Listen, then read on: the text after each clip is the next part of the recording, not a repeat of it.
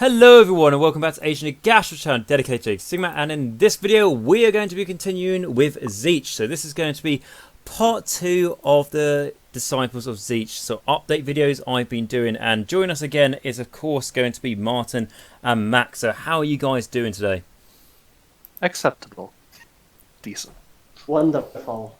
Wonderful. Ah, strong words already. Right, okay, let's see if that improves over this.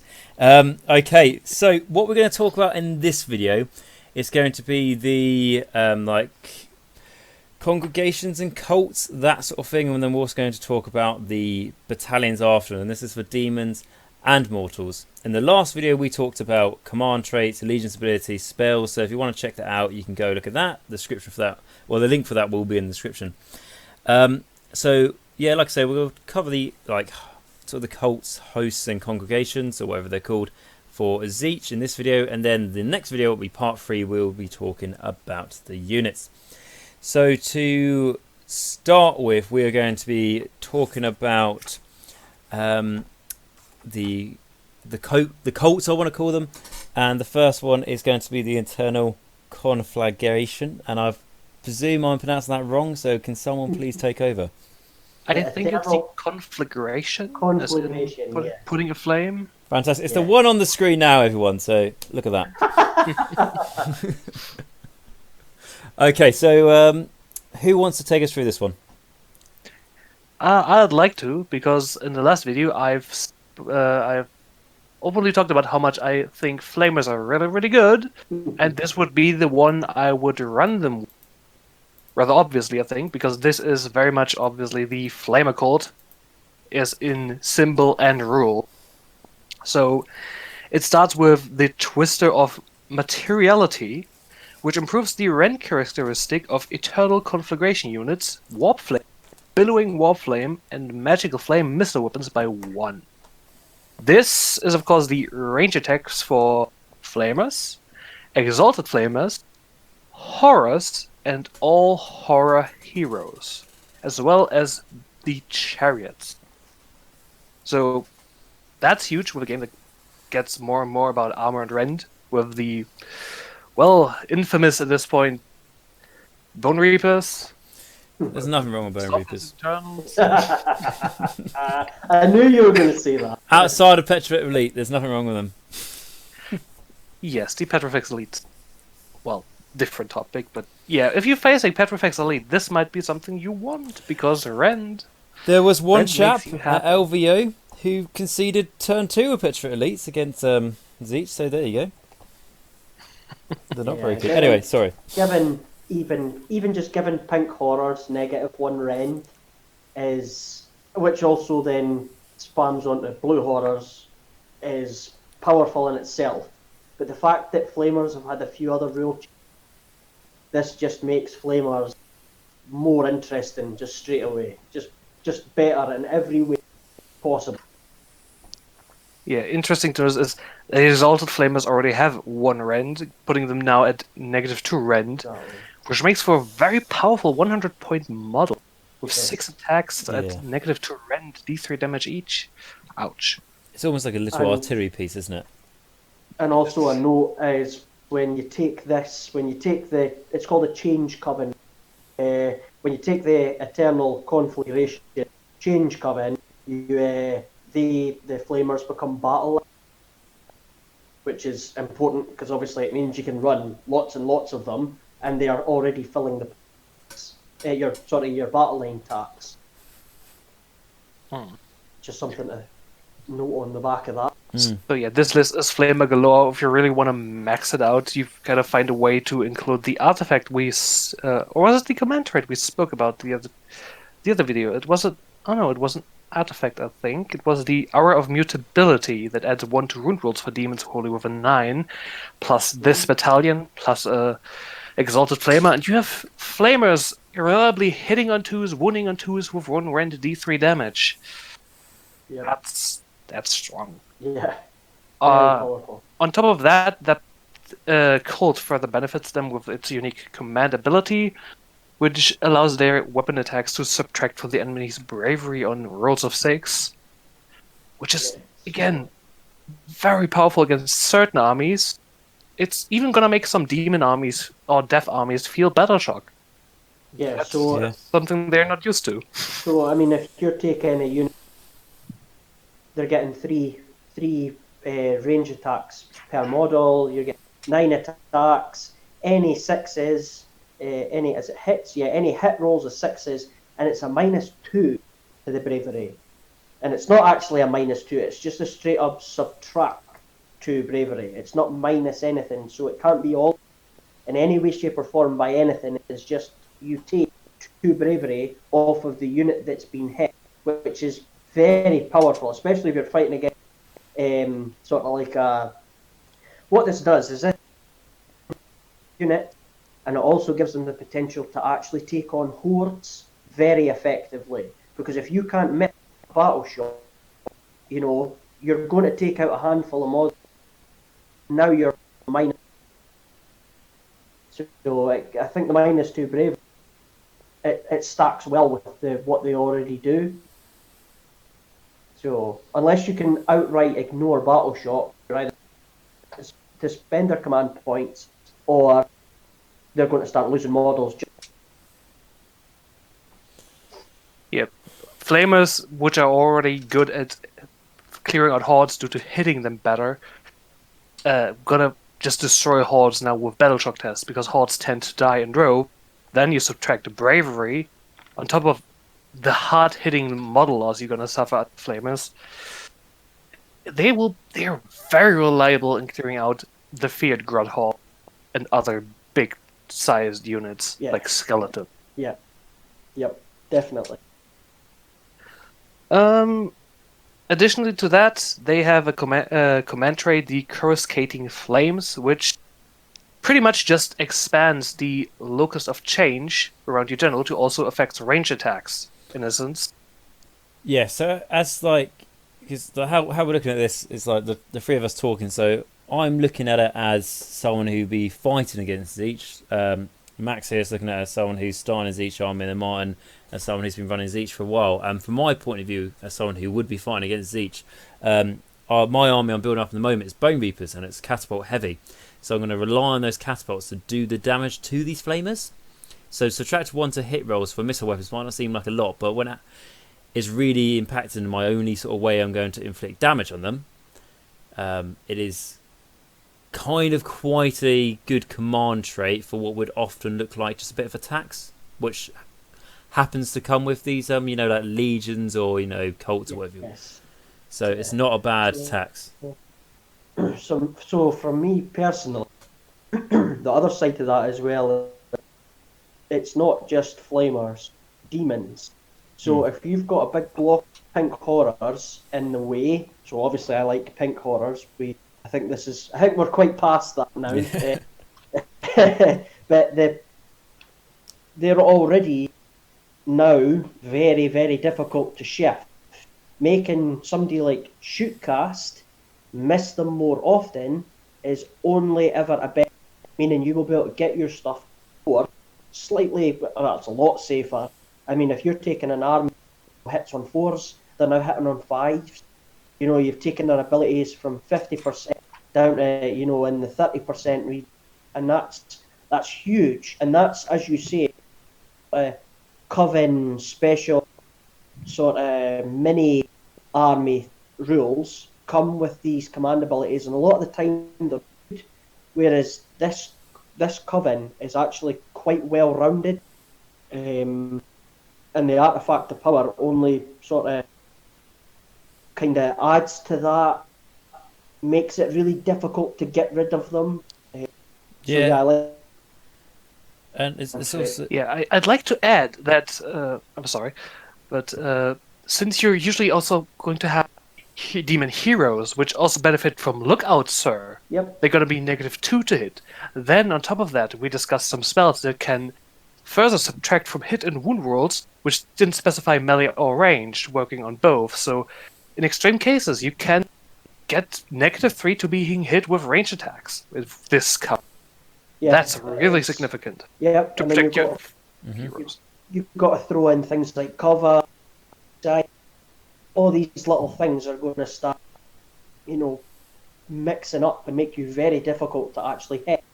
And you were already quick to kill in the first place, making you kill better or kill more efficiently, and making you hard to kill in one change cover is very, very powerful. Yeah. Yeah, so this is what you want to field when you're fighting shooty armies, or if you want to protect your squishy demon sorcerers. Yes. Because they're not going to be hit in backline. And exactly. And like you say, when you're playing Change Host and you want to keep your Lord of Change alive, to make sure you can do this teleport shenanigans, it's just a extra way you can do that. So the artifact of power actually kind of tacks onto that very it's called the Shroud of Warp Flame, and it's roll a dice each time you allocate a wound or mortal inflicted by a melee weapon to the bearer. On a 3+, that attacking unit's wound. Now it doesn't sound, one mortal wound doesn't sound, but before you're like Lord of Change would just get hit and that would be it. Whereas now you have a potential to actually pull back wounds. So when it does come round to your turn to start shooting, to start casting spells, to start attacking, you're already picking off wounds. So that again, it's not the best artifact of power. It's very melee, where you don't want your guys to be. But as we all know and have it, you are forced into melee. Being able to actually on a 3+ just throw back a mortal wound. That's another guy dead. That's the difference between having 10 models and that is the difference between having +1 to hit because you got 10 models and not having that ability. So being able to actually throw back wounds when you were going to get hit is just an added bonus. Plus you're harder to hit, plus your battle line units hit harder. So it's, yeah, this change is very, very, very efficient. Ow. Yeah, agreed. Is there anything else anyone wants to say about this one? I'd just like to say it's the definitive shooting coven in this list, as it also impacts all the heroes' ranged attacks. Yes. That are, of course, here, take a look at the name of the attacks, but I think all of the horror heroes have an attack named Magical Flames, which is therefore granted 1 rend. It might not be much, but it adds up over the course of the game. Of course, yep. Yeah, definitely. Well, even the Change Caster, which is the pink horror, he already has -1 on his attack. So now he's negative. You know, it's, as you say, it just goes wounds through much more efficiently. I would say that this particular change cover is more focused on, as you say, you're not bringing this magic heavy support. You're still going to have magic heavy support, just not to the same extent. So this helps make up for the fact that you don't have as many mortal wound output as much mortal wound as like a fully fledged pink horror Lord of Change, totally sort of demon spellcasting list, that's what I would. That this gives flamers and stuff a new lease of, which is nice. Exactly. So when you run around Mass Flamers, this is it. Yeah, when you want to be that guy. But yeah, this is an A+, I think, change coven. It's probably one of the better offensive output, defensive output, and mortal wound output, all in the same page, which is very rare. It's very powerful. We obviously discussed it when we started, but this is sort of seems the coven that's getting ran at tournaments at the moment. Be prepared for some kind of Yeah. Yep. It's like I said, we'll talk about war scrolls and stuff in the next video, but I think we can already hint to say that flamers are rather strong unit choice. very cost effective. Yeah. Very much so. Okay, so but like I say, there are plenty more to go through for these guys. So let's not all put our attention to one of them. So moving on to the next one, which is going to be the host of duplicationsness. Duplicitous. This is that a word? Yeah, Yes. so being I'm severe dyslexic. Yeah, I'm going to throw that excuse out there. yeah, so being duplicitous is like being underhanded or hard to sort of pin down. Oh, I thought it was like multiplying Like yourself. multiplying. Yeah. No, Oh, okay. no, it's about so in this instance, it's like you're like a phantom. You're hard to actually pin down or get away from. In this instance, Like trying to That's kinda catch how they smoke are with your spin. bare hand, sort of thing. Yes. Yeah. It's a very tricky code. Yeah. So. Cool. Sounds yeah, interesting. Yeah. It has the rules to match, I'd have to say. Yeah, I do like them. I like the first one. I guess I'll just start. Yep. Sure. So, the ranks of mischievous mirages, I'm sorry, mirage. I'm Go not on. sure, I'm a foreigner, I have an excuse. Yeah. I mean, like I've kind of like my grandmother was German, so that's probably what's happened. Anyway, go on. So, enemy units within 3 of retreat. Now, think of 50 effective wounds of pink horrors, and being pinned down in fights with them for the entire duration of the game. It's not even like, oh, how do you just remove out? It's like you can't retreat. Like Yes. interesting. You know the ships, the Cowden Overlords. How do they fly out? Fly high. I think it doesn't specify whether it Not is a treated as a retreat move, but they can use fly high during combat, so There I might be think a it would couple not of be things impeded. There's a couple of things in the game then that could avoid this, but most things are going to be stuck. Yes, I think the only thing that could impede the current Overlord's fly high is other flying units. Yep. Because it says it's a redeploy, but it somewhat hints at being related to retreat because it says you can retreat with this. Yeah, So I think it's not that clearly defined. Yeah, I think the intention is that the fly high rule is that they escape from battle, so it's not a direct retreat. I think Well, unless this- it specifically says it's a retreat, then it's not a retreat. Where this would be very, very helpful, and I think it's kind of forgotten about, is actually on Zang. Using this on a block of Zangors would be horrendous. Being unable to retreat from Zangor, Well, played with Zangor that much. well, the trick is that you essentially want to beat Zangor, bait them on the table, and then you shoot them to death. If you can't get out of combat, you can't shoot them to death. So you can pin your opponent in one place, and Zangors are devastating in close combat, especially when backed up by like a shaman.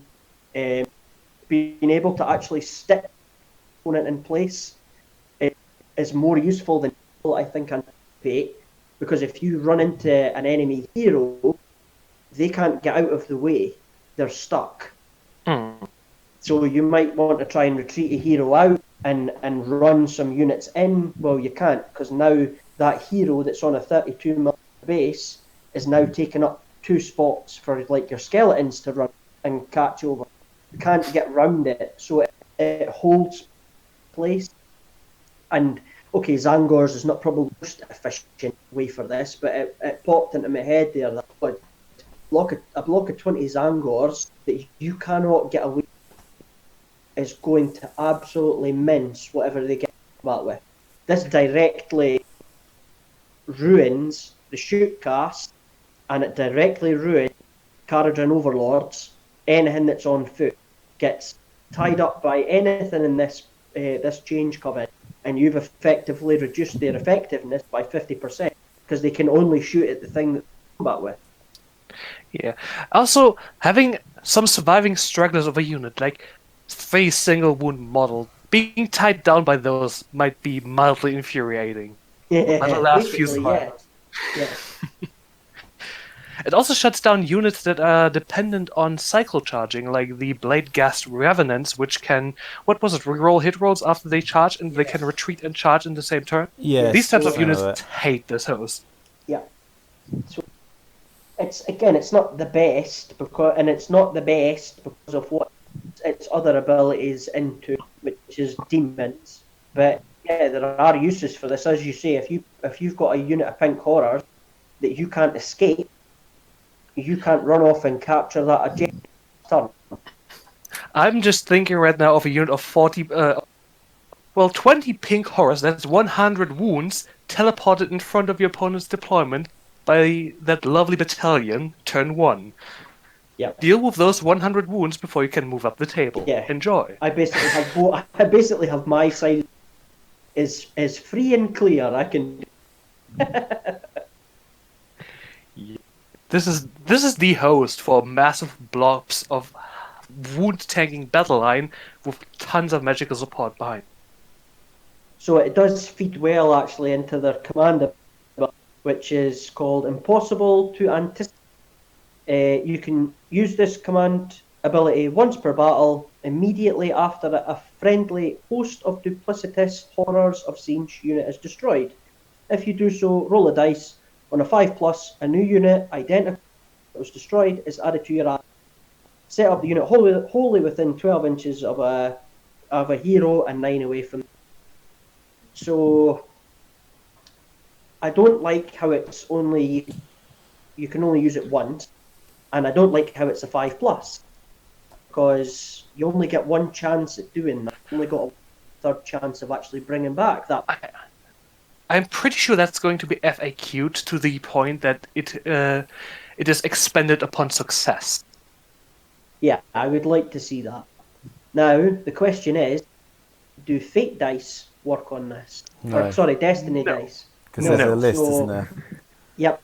So you are restricted by this. However, on the turn of games that it does go, you will probably quite evilly. I know I will. I know if I ever use this, I will likely, as my 50 wounds or my, as you say, my 100 wound horror squad is just Returns. essentially redeployed. Yeah. After the Nope, enemies no had- more just the illusions. The true host is hero by hero. and this is after you spent absolutely ages trying to destroy that unit so you can get out of combat with it. It charges you again. Yep. So it adds to that infuriating tar pit that pink horrors have become. Also, what I just realized, it just says host duplicitous units. I was wondering, when you use one of those lovely spells to kill enemy units, place some chaos bone right next to them, those count as host, don't they? No, it's host duplicitous horrors of Tzeentch. Enemy units within 3 units of host duplicitous units cannot retreat. Oh yeah, sorry, on the retreat thing, sorry.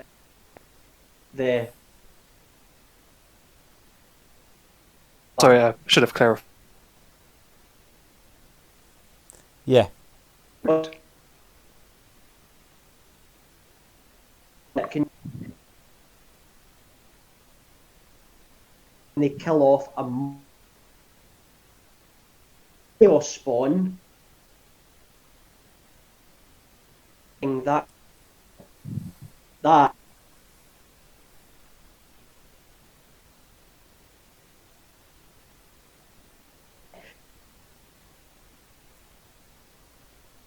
back, you've now just gone at the front of you, impediment your line. Yeah, the instances. Yes. Qualify you.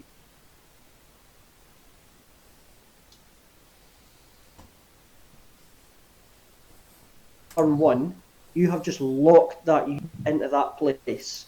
Okay, yeah, they're going to kill the chaos spawn, but it's going to cost to do it, which is great. I love that. It's very good.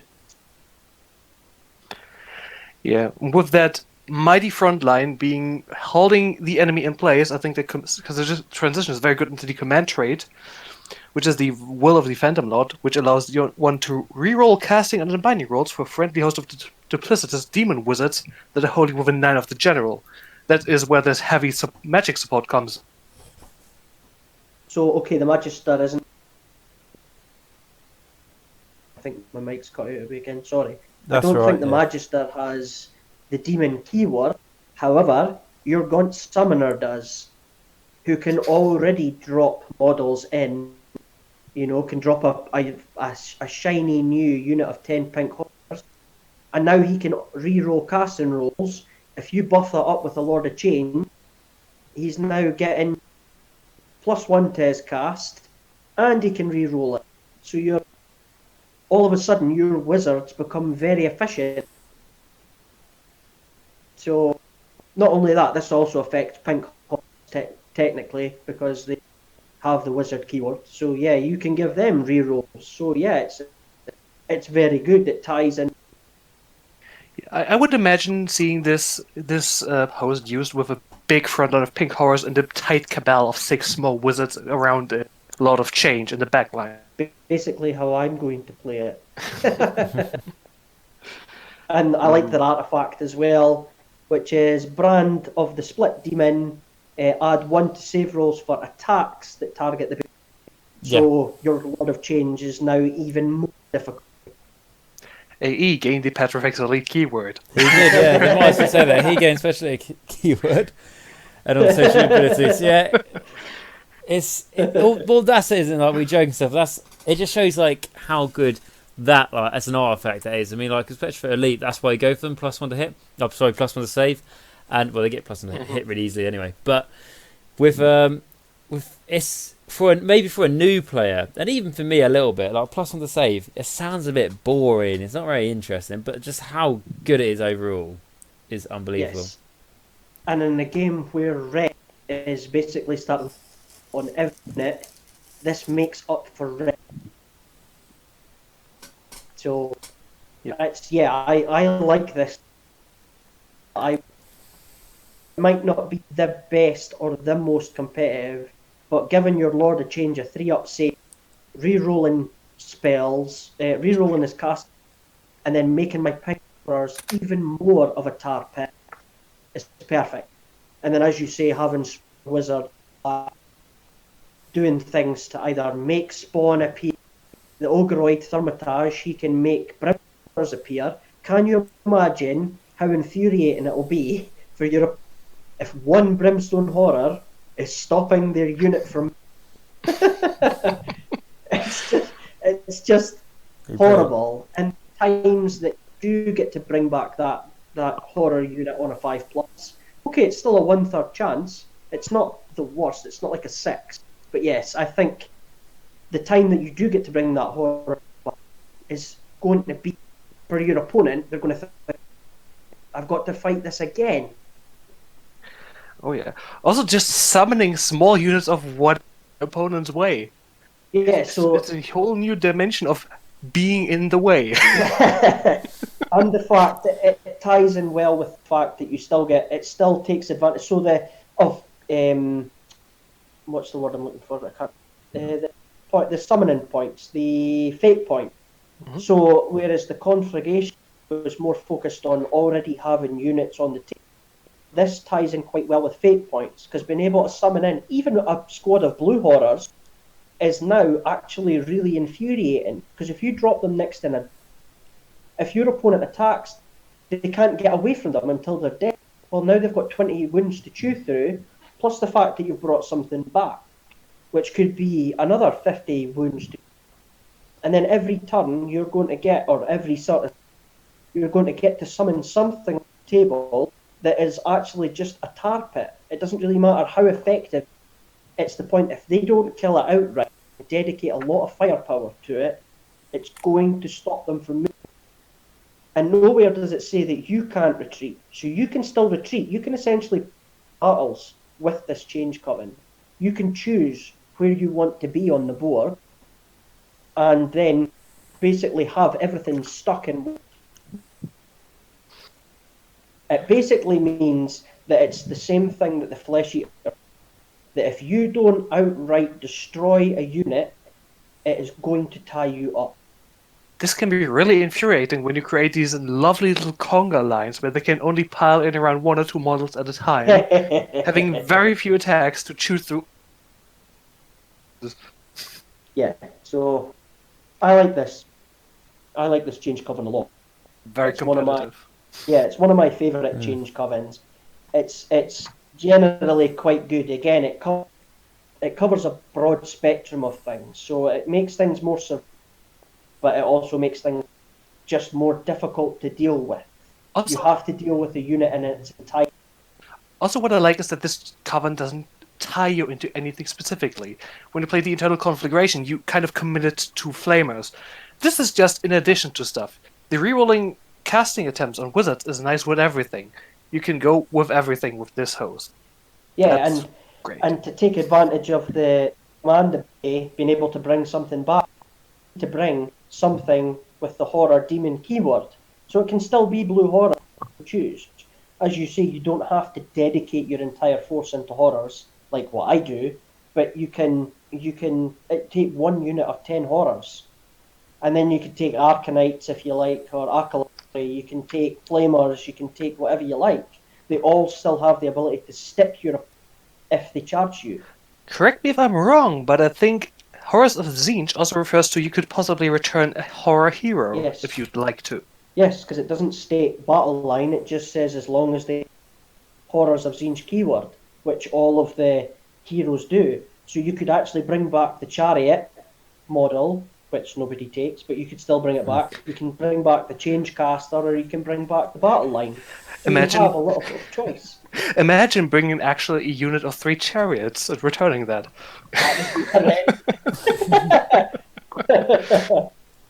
Yeah, exactly. And I think for me, just one of the simple things I like about this, we've already talked about it, it's just the enemy units within 3 inches of hosts off. The word I cannot pronounce. Unit cannot retreat. I think that is just that's great. If you scissor your opponent, if you manage to get 2 sort of decent sized units to sort of touch a lot of their unit, they essentially have to. They can't move away from it. They can't say, right, I'll retreat so many inches, and then all of my shoot cast will get to just blast your life, and then you'll run in again, and I'll just do that again. Now they are stuck. You have forced them into combat with something that nothing wants to be in combat. Because if you take pink horrors and a unit of 10 pink horrors, 50 wounds, and they have to chew through, they have to fight those 50s. It's not a choice. So you are, again, what Tzeentch is good at is controlling the board. Being able to just outright control the board, and you can decide. So if your opponent thinks they get first touch, they alpha strike you, they maybe manage to get their eagles up, or their frigates up. If you've got a way to try and lock units down, it means they're not going off grabbing objectives. They're not going off securing points. They are stuck. You still have the freedom to retreat, because nowhere does it say that you can't retreat. So you could run horrors in.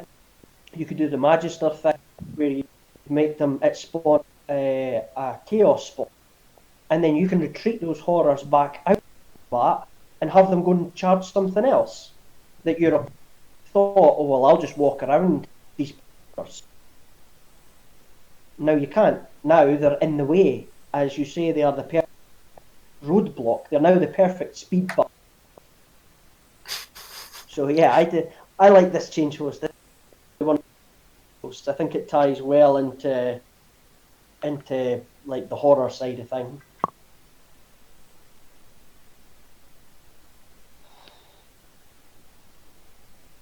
Yeah.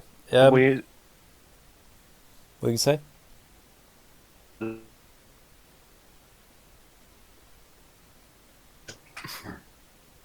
you hear me?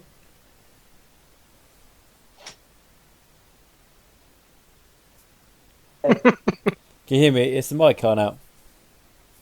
Yeah, I think it. Is the mic not very good?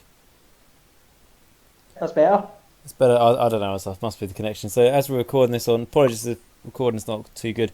Being recorded on Discord is how we're all like in a group chatting. So it's probably the connection on that. But can you hear me now? I'll tell you, there's no apologies, Yes. viewers. You can hear me. Fantastic.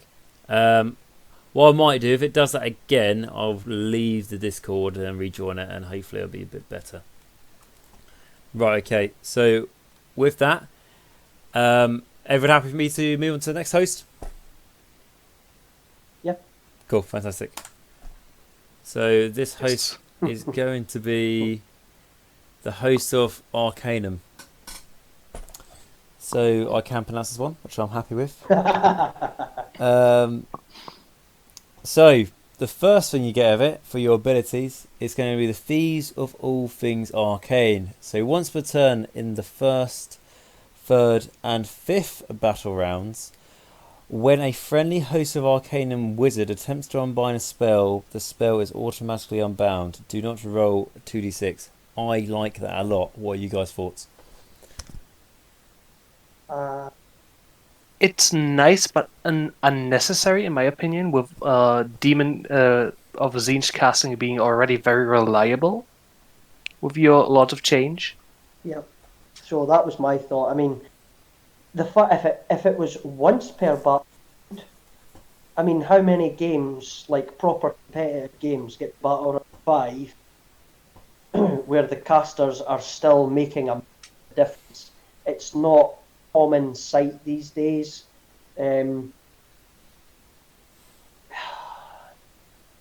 It's nice. Having an automatic unbind is very, very nice, but other factions already have baked in some way or another, like an artifact or a command ability. I think it's a little bit lackluster. I would have much preferred if this gave me +1 to cast and +1 to unbind, and it was just a constant thing. But having to kind of restricting me to restricting odd number of battle rounds is a bit.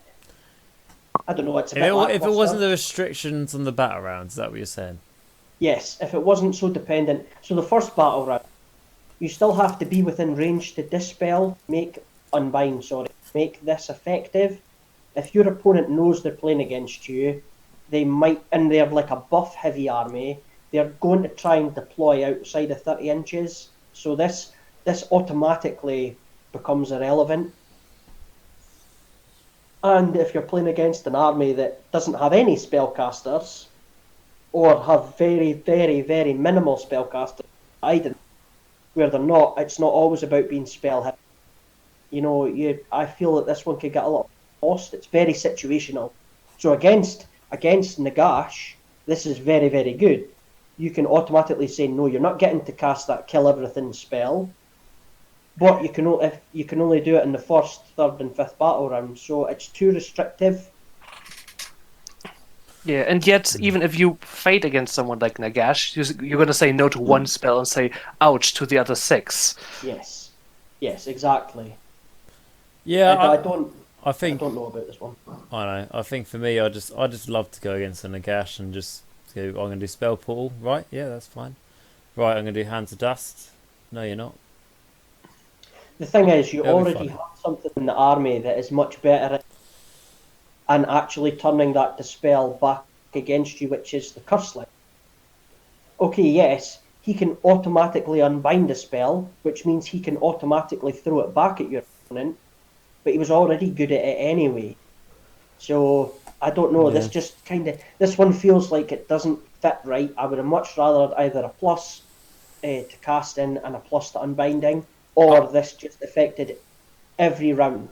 I would think if this was in an army that didn't have as good unbinding potential anyway as much as Tzeentch, if it was in an army that wasn't as good as unbinding, it would be better.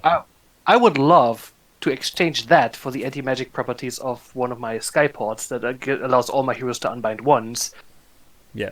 I'd rather have that, I think. Yeah, so I think if they were going to stick to this, it should have been the other way around. It should have just automatically cast a spell without having to roll for it. because Tzeentch has got such high value spell casts anyway, I think it would have been better if it was just it automatically cast one spell on the first, third, and fifth battle round. Tzeentch's Firestorm would suddenly become very, very fast. So I don't know. The Unbind's too situational. If you play against an army that doesn't rely on the spell, then this is useless. Whereas I would have preferred this to be more inwardly focused and focus on you casting. Yeah. So. Yeah, when I first read it, I thought it was quite good. But I do see where you're coming from. They are very good at unbinding anyway, and there are... It's doubling down on something you can already do very well. Yeah, and it actually restricts they are at it by only making it basically 1 in every 2 rounds. So it's too restrictive. It's too restrictive, and they're already experts at unbinding anyway. So I mean, only Nagash as good as unbinding as a Tzeentch army is at unbinding. I would like if that would work with prayer roll. Then this would be good. Yes. So a Khorne army would be in trouble because again, you have no use of this ability when you're fighting against Khorne armies, Bloodbound and stuff like that. So it's too lackluster for me. It's too situational. That's fair enough. Yeah, and and realistically, it's sort of the third. It'd almost be better if it was the second and fourth battle round. Yes. Yeah. Okay. Or even the first, second, and third. At least then you would get the mileage out. Like I say, how many players are getting to the 5th battle round and have their best spellcasters still on the table? It's just... Well, it's also best spellcaster and also be within 30 inches of your spellcaster to be able to unbind it. Yeah, so and at that point you're just unbinding because you can. When you get to that point, that's the only reason you're doing it. Because when you get to the 5th battle round, you've either won or you've lost. So I've had it when it's been close though, and there are times like the enemy can do a spell that lets them teleport one of their units onto one of my back undefended objectives because I've got no models left. There are cases in which this is nice, but it's situational. Yeah, okay, I agree with that. It is situational. The other 2 covens are like permanent buffs on your units. Extra rain is excellent, and it's active every turn. Even in your opponent's turn, it's still active. It still works. And the retreat thing is constant, whereas this is only on your turn and in the 1st, 3rd, and 5th battle round. This is super restrictive and doesn't give Tzeentch the same control that have. Yeah, so are we saying for this that it's not bad, but it's not particularly good? Spaghetti army. A bit of status behind.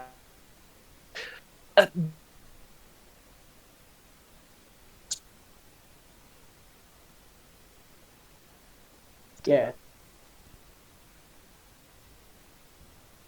Yeah.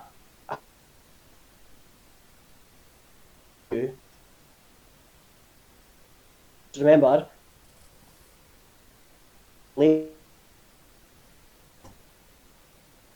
delay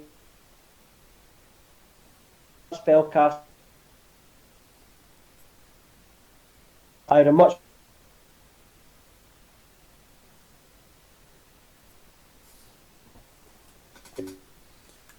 but this doesn't, like the sort of theme of this coven doesn't fit this ability, which you will see when we move on to the command ability. Yes, so with that, let's go on to the command ability. So, who wants to read out? I'll try. It's a bit you long. Entourage of Sky Sharks. I hope I pronounced it right. You can use this command ability in your hero phase. If you do so, pick one friendly Host Arcanum Screamers of Tzeentch unit hold within 12 of a friendly Host Arcanum hero. Until your next hero phase, add 1 to the save rules for attacks that target that unit. In addition, until your next hero phase, improve the rend characteristic of the Lamprey Bite by 1. Unit cannot be affected by this command ability more than once. First off, I'm gonna say the first part of this is entirely irrelevant. Your Screamers are not going to survive whatever is going to hit them. Yep. A 4-up save is not going to make the difference to the 5-up save. The second part, however, the 1 rend, might actually make them decent monster killers. Yeah. The problem is if you've ever tried, which I have tried them, they are never going to be wholly within 12 inches of any hero. Unless They're it's, way too mobile for that. yeah. And if you do have them within 12 inches of a hero, it's on turn 1. And even then, that's not what they're there for. They're a flanking unit. They go up the side of the board and they come in and hit the side of your monsters. That's what they're designed to do. This is Maybe too if you're moving very cautiously in the first turn to not be charged first because you're not enraged, it could lead to an anti-monster semi-alpha strike. Well, I can see this being useful in some situations. It's not my favorite ability, certainly so, not. So your but it's not choice useless. is: do you use Beacon of Sorcery and give +1, or do you use that where you give 1 unit of Screamers +1 save and +1 rend? It's not. It's if it gave all of the Screamers on the table a +1 save and a +1 rend, then maybe, but it is giving 1 unit who's already not good at saving things and that is not particularly killy, apart from against one specific type of unit.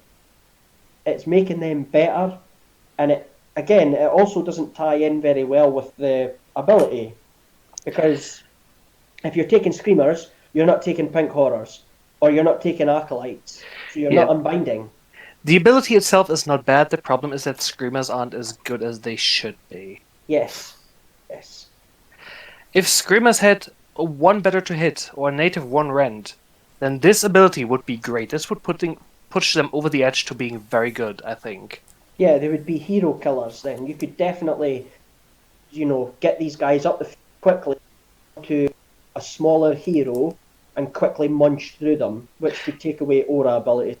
But just now, as it stands, any opponent with any savvy is going to either sort of bubble wrap or semi-bubble wrap their heroes, and it's only at the end of turn 2 that that's going to be relevant. Are your Screamers going to be alive by then?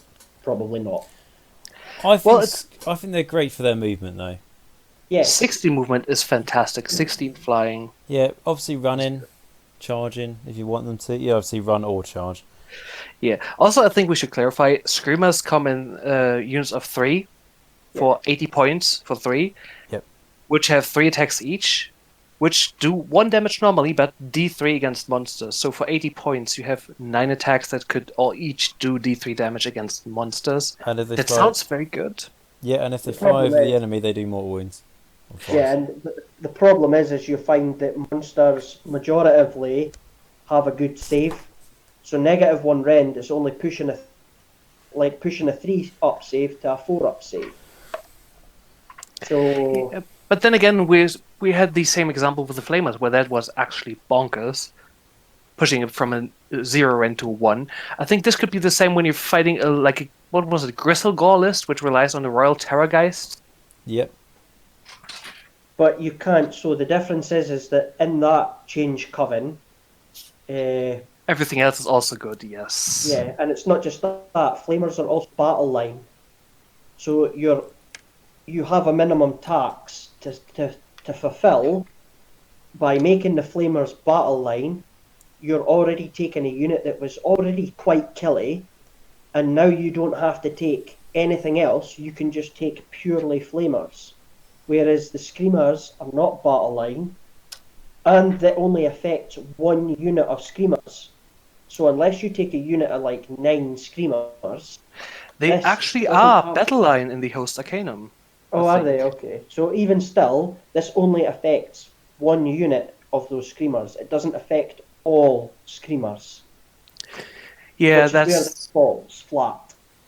It might be useful if you're taking, let's say, one unit of 9 Screamers and Mm-hmm. want to one turn kill a monster like Archaon, the Glotkin. Or even a Terrorgeist, because it's going to mess up, or a Star Drake.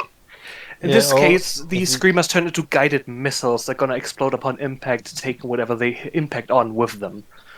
yeah, and if you go against a keepers list with the Slanesh, if you survive, they're attacking you, or they fail their free They're up. They've got locusts it. of Yeah, diversion. they fail that. It's gonna hurt. The problem is, though, the other side of that is you still have to have models within wholly within 12 inches of a hero to make this work. It is, like I say, if they changed the wording so it just affected them full stop, there's no restriction on how it affects them, this would be much better.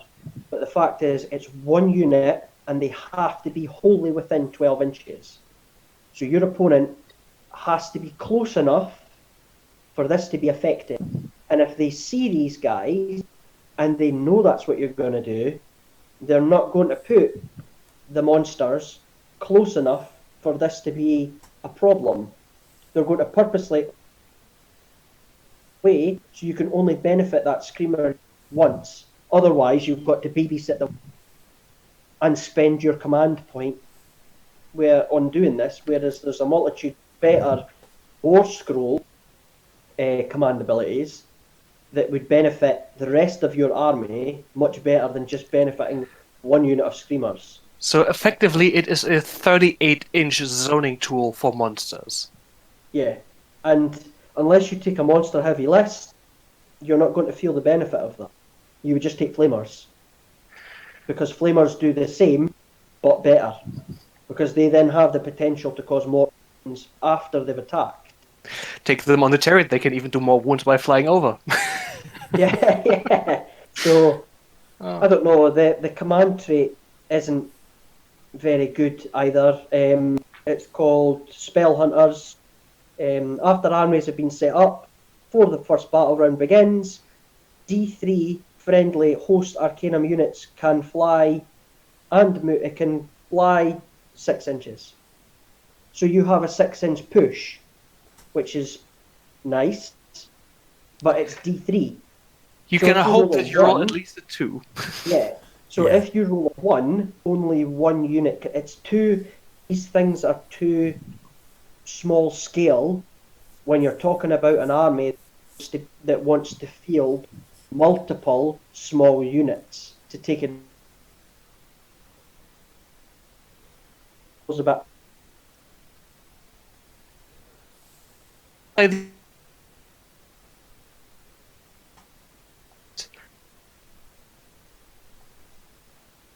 Again, not the you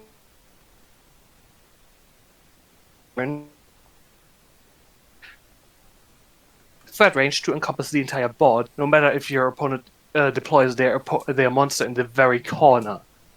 so the It issue is the issue interesting, but not reliable. So the issue is how many demons or how many Tzeentch can fly. You've got the Lord of Change. You've got the 2 chariot models. They can fly. Archaon can fly. The blue scribes can fly. Can the fly.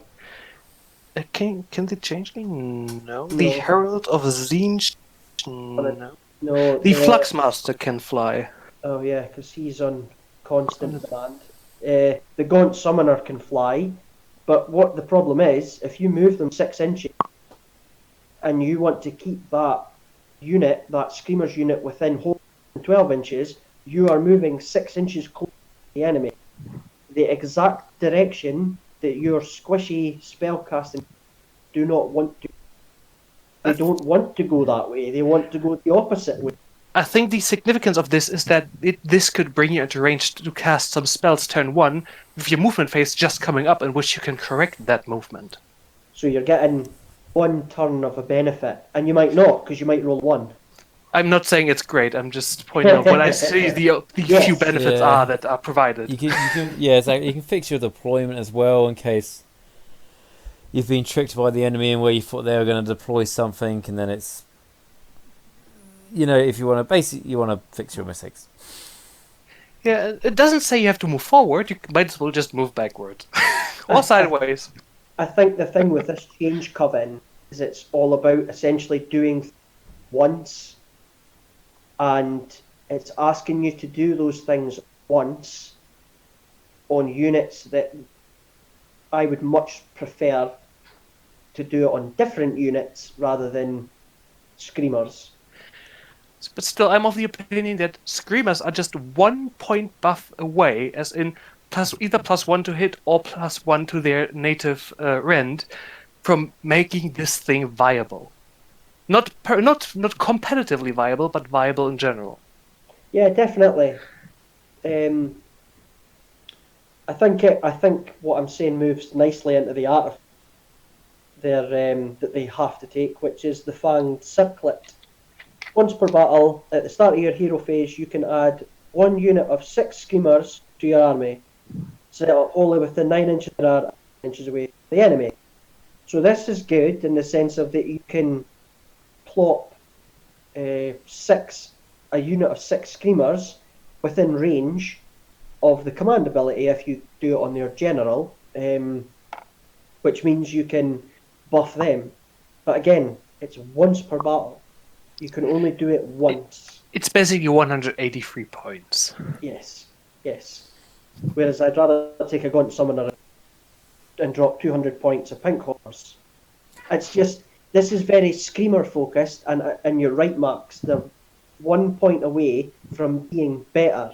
But as it stands, Screamers are not the best. And when you compare this to the previous two, this is much more restricted when it comes to the change covens than, say, the host of duplicitousness.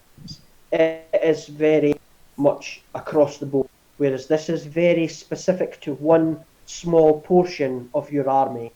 It locks you into screamers pretty much. Yes. Yeah. And screamers can't cast spells, they can't unbind, so they can't even benefit from the ability, because you have to still have a unit to unbind. They just automatically unbind. You could realistically try to play an army that is focused on quick objective grabbing. I think in smaller games, like in 1,000-point games, this could be very good. Oh yeah. Because usually in 1,000-point games, somebody brings something quite big, sort of like a centerpiece. Taking a lot of these, destroy that centerpiece. I mean, even in 1,000-point games, that's almost 20% extra points. 18% extra points. That's all of a sudden that's huge. If you take a Gaunt Summoner with that, who can fly on a disc, yes, and give you him can that run lovely a lot. artifact. Yeah. Give him that artifact, and he summons in both a host of horrors and some screamers at the same turn. All of a sudden, that empty flank looks mighty dangerous. Exactly. But in bigger games, when there is a lot going on, don't think the Screamers have a place yet. I think it will come, but it's yet not quite up to... They don't have any ability that makes it so they get an extra... Like, if they don't attack... So, you get a lot of units that, like the Idenith, that if they attack more than 10 models, they get X, Y, and Z. That's what these guys are missing. Yeah, instead they just have against monsters, which is more rare. The meta currently is focused on big killy blobs rather than big monsters. It was big Yes. monsters lately, recently, because of obviously the Feck and Sanesh. But Yeah, but gone that's down a little kind of being pushed out again. Yeah. Well, it's not that, okay, you're taking Screamers to try and kill that Terrorgeist. You're going to die. That Terrorgeist is going to win. That's just the bottom line. The Terrorgeist is much more efficient. Not if it doing doesn't what fire does. first. Yeah. So I don't know. Screamers are close, but they need makes them kill hordes. They need better. something, anything. Yeah, yeah. Just not movement speed. They don't need any more movement speed. Well, I mean, 20 movement speed. Imagine being.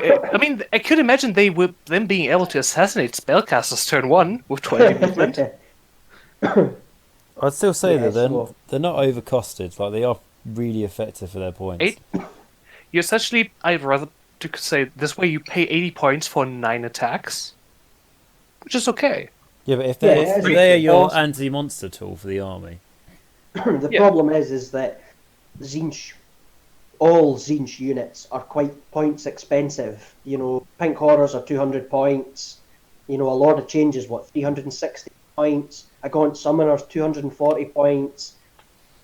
It's just they're cheap, but everything else that has a higher points value is just more efficient. I would say demons are expensive, Yes. and Yeah. mortals are cheap. Like they Yes. might pair with mortals, maybe. but I'm not I mean, quite sure. So if I can compare it to like the Bone Reapers, when I've been looking at building like 2,000 point lists, the Bone Reapers are the expensive point costs, and you know most of them are very good, so they are worth their point cost, especially in Petrified Elite. However, because the cheapest thing in the whole army is 120 points, being a Soul Reaper, you quite often end up at the end after you built an army of 2,000 points with the Bone Reapers of like having like a spare up to 100 points of stuff you don't really know what to spend on. And I'm wondering, Stuff into spells in. yeah, exactly. That's what ends up happening. You stuff in like 3 endless spells, and then 4 endless. You sort of end up with like 30 points, whatever extra. But what I'm trying to say is with the Tzeentch, when you've been building like 2,000 point lists, do you tend to have like 80 points at the end of it? You're not really too sure what to spend on. Don't think points left over because in Being able to take the call is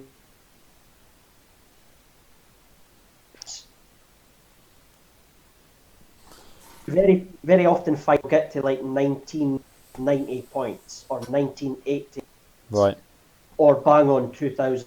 It's very rare to find that 100 points that you can invest those 100 points into something better than Screamers. I'd Worst much rather case, you're take the taking a Palace. Balewind. I'd much rather take the Balewind Vortex and make my Gaunt Summoner an absolute machine at killing things when it comes to spells than take a unit of Screamers, for example.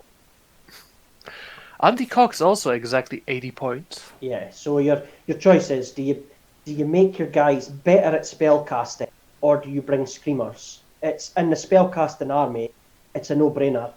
If they made it so Screamers could deny, or had an area of denial, then yes, that would be very, very good, because you could run these guys up the board and start disrupting your opponent very, very quickly.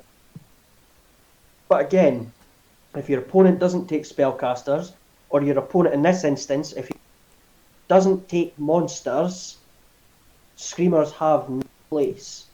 You can't capitalise what they are designed to do. Whereas Flamers and Pink Horrors always have the use. Doesn't matter who you fight against, they're a solid battle line choice when taken with the right buffs. My personal issue with them is that they do their mortal wounds on a flyover on a 5+, was it?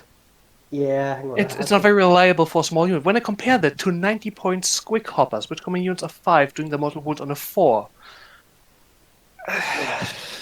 The other thing as well is that even if it's a wizard, it's D3.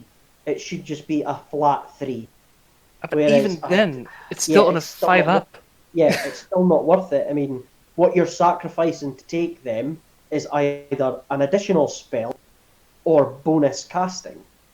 So, and in an army and this particular list wants you to be casty because it wants you to unbind spells. So I don't know. It just Screamers focusing on is way to go as it stands. From any kind of view, even from having like a casual perspective. So having lots of screamers is not, you won't enjoy yourself because they just can't do anything. They just don't have the punch, which is a shame because they're nice models. I like the models. Yeah, especially with color shift metallics, they're beautiful. Yes, I have lots of colour shift metallics. They're beautiful. Yeah, I'm really at home with the Zeech army, aren't they? Yes. Yeah, it's end up changing everything, so it's cool. Okay, so our thoughts about the host of Arcanum is very much centered around Screamers, and our thoughts at the moment, Screamers are not what you want to be centering. Well, you don't want to center your whole army around them at this current time. It needs something. Anything will do to make them fun to play in a friendly game. Yes. Mm. Yes. Maybe the Chaos Supplement will change that. Maybe the FAQ will give them something. But as of now, they're just a little bit off. Exactly, Yeah, they just don't do any one thing particularly good. apart from kill monsters, but that's just too situational. Even then, your spells do good jobs at that. Yeah. So it's hard, and it's a shame because again, they are nice models.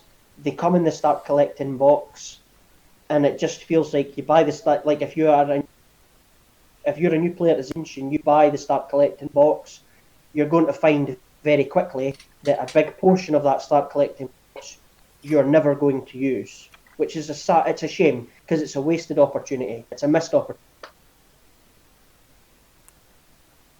Yeah, you would think the Screamers needed something to do with screaming. Anything. You think they have The some sort nine of shooting spells attack? I mean, denying spells by screaming, even lowering bravery would be acceptable. Making you harder to hit. They could have done anything like that. They could have made it so it's slow, it halves enemy. They could have had it so it halves charge.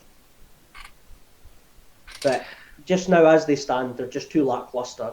There's much better things that you can spend 80 points on in a Tzeentch army, namely endless spells. Yeah. It's just sad that it is that way, but there's got to be winners and losers in it. And I think Screamers, and for time, have been the sort of lower end of the Tzeentch choice list. Yeah, that's fair enough. Okay, so with that, we'll move on to the next one, which is going to be the Cult of the Transcendent Form. So the ability you're going to get with this one is, I'll read it out this time, so the Change Gift. So roll a dice each time a friendly Cult of the Transcendent Form Carrick Acolyte model is slain in the combat phase. On a 2 to 5 before removing that model from play, that model can fight. On a 6 before removing that model from play, you can add one Zangor model to an existing Zangor unit in your army. If you do so, set up that Zangor model within 1 inch of a friendly Zangor unit that is within 9 inches of the slain model. The model can only be set up within 3 inches of an enemy unit if the friendly Zangor unit was within 3 inches of that enemy unit before any models were added. I'm now going to try and breathe. So essentially, we're starting to see ones that are targeted toward the mortal side.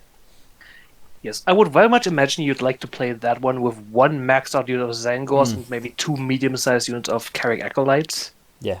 And a lot of Zangor Shamans, so that you can bloat that unit to no end.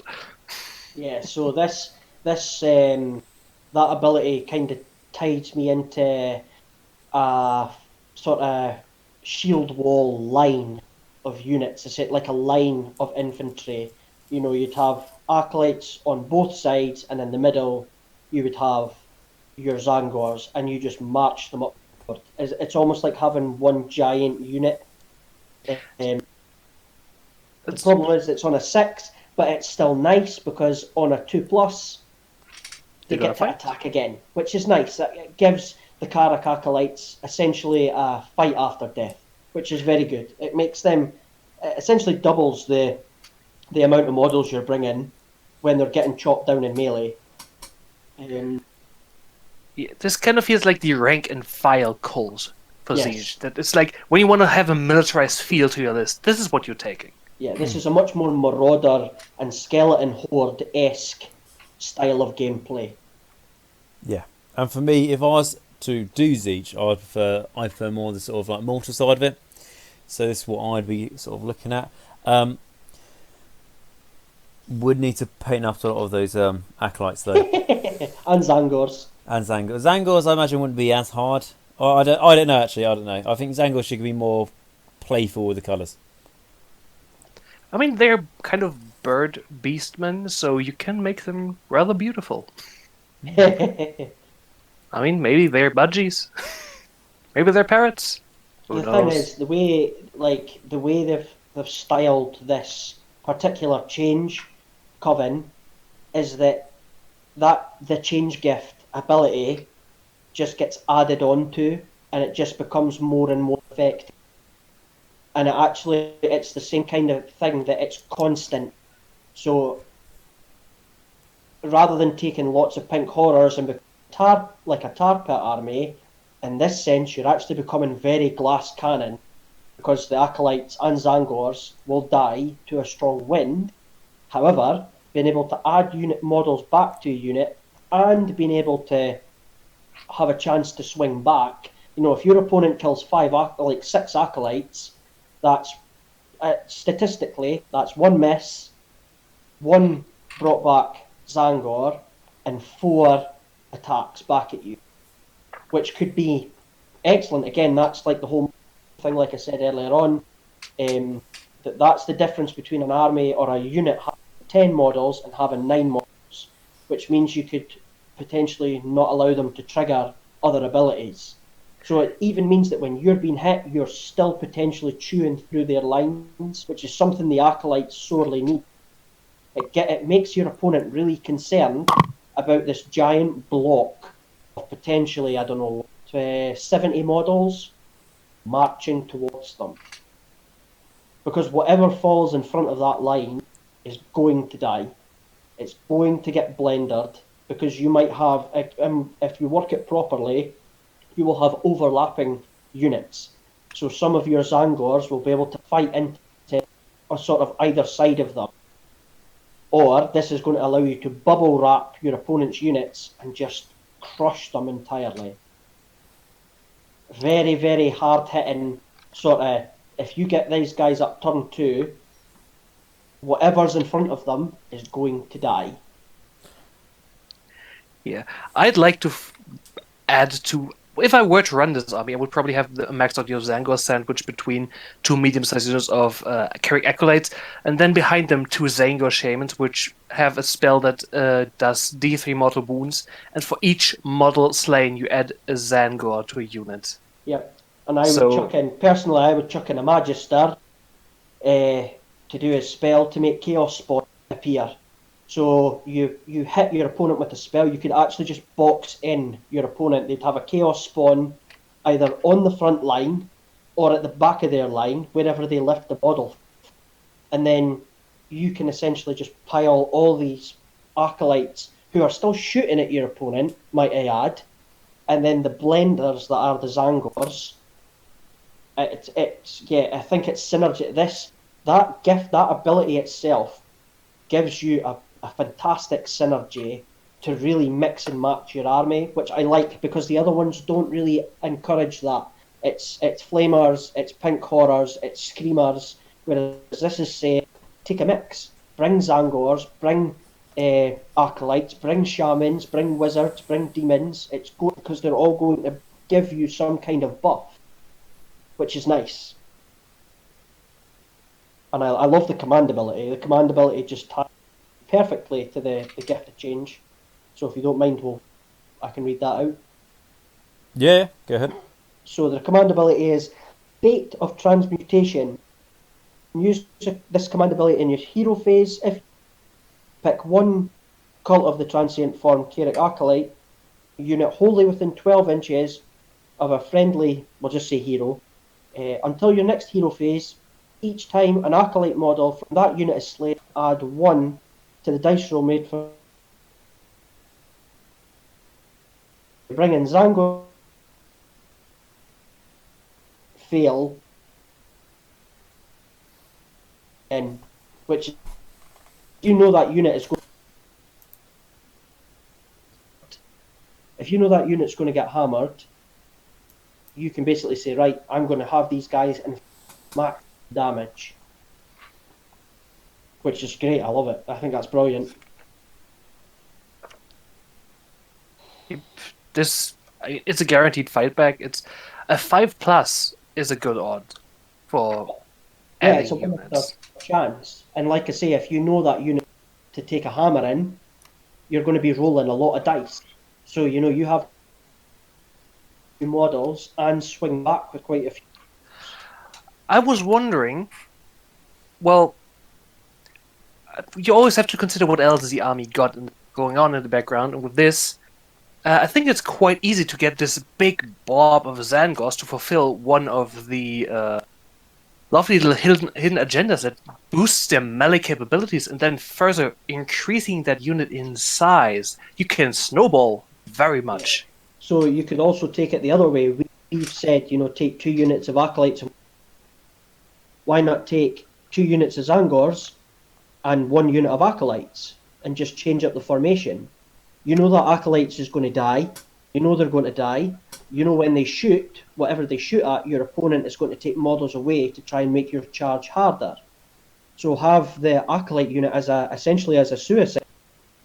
Whatever they run into, yes, they're going to die. But every time they die, you either bring something, and you can pick which Zangor unit. So if one Zangor is taken in, you can pass the models over to them. If they're both sitting pretty good, you can just top them up as you want. Plus, you've got your shamans and your shaman. Got your shamans there, also buffing them up. So yeah, I do. I like it. I like the fact that there's a bit of flexibility in what you take. Yeah, I personally would just love to have my huge unit of Zangors fulfill the Reckless Abandon gift of worship, which adds 1 to the attack characteristic, making them even more blender-ish. I don't even know what to call it. It's disgusting at this point. Yeah, so you can make them incredibly effective. And it becomes a point of it doesn't matter what they get into combat with, you'll never win in a war of attrition against them, and you'll never outfight them because they will always have the dice advantage. So I like this. If I was going to go down a mortal heavy route, which is starting to look sort of more plausible the more I read this, this is what I would take. This is very good. I like this. I think it's. I'm just wondering, Yeah. question though, when you add further models to it, every 5 models in the Zangor unit can be equipped with a Savage Great Blade. So could every 5th unit you add to the Zangors also be equipped with a Savage Great Blade? I don't think so. I think it's meant to be that you just place models like for like, but hey, it doesn't say you can't. If that whole unit of Acolytes dies, it's a 20-man or a 30-man unit, dies suddenly for whatever reason, Nagash blitzes them. Because the thing is, the rule, that gift of change gift, is actually split. The first half of it is to do with the fight phase and fighting. The returning models bit doesn't specifically state that they have to be in combat. I'm just reading it again. No, it just says on a 6 before remove it. So even if your opponent shoots down, your Zangor unit, and then turns and starts shooting or uses spells to mortal wound your Acolytes out, you still get to roll a dice. Okay, they don't get to fight, but on a 6 up, you're bringing stuff back. It doesn't specifically state that they are in a fight. It just says that they can bring stuff back. And if you want to bring stuff back while they are fighting, they have to be within 3 inches, like of the unit that did the damage, and all this carry on. But otherwise, there's no restriction on you bringing them back outside of combat. So if your opponent shoots the Acolytes down and has damaged your Zangor unit, you can still bring them back. Question though, when a model is slain due to battle shock, it's still considered slain. So this could even trigger off of a devastating battle shock, couldn't it? Well, actually, funnily enough, that actually ties in well command trait. Mark, do you want to read out the command trait? Yes, it's called Defiant in Their Pursuit, which adds 2 to the bravery characteristic of Cult of the Transient Form units wholly within 12 of the General.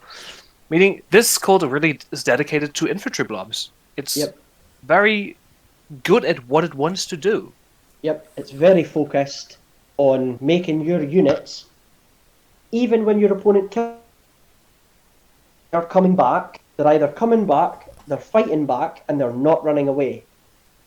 And it doesn't say, like, Acolyte units, it's everyone, so even your Zango get +2 to this.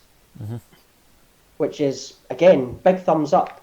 And again, you don't have to take a lot of changes. You can take a Shaman, and you can still have Skyfires, and you can, or Enlightened. They're still going to be effective at what they do. But as you say, this just makes the infantry even harder to shift. Which is nice. I like it. It ties in well with what it's meant. Yeah, it fits in well. It's not something, it just doesn't fit into place. And if you do happen to fight against, I don't know, well, Fleshy Courts is probably the best example of things like Flayers and Terrorgeist that have those depending on, bravery, shooting attacks. It means that they're not as... I'm gonna just go through something I just looked at. I think it's funny. I don't think it's very likely to happen, but it's something that is absolutely nuts when it happens.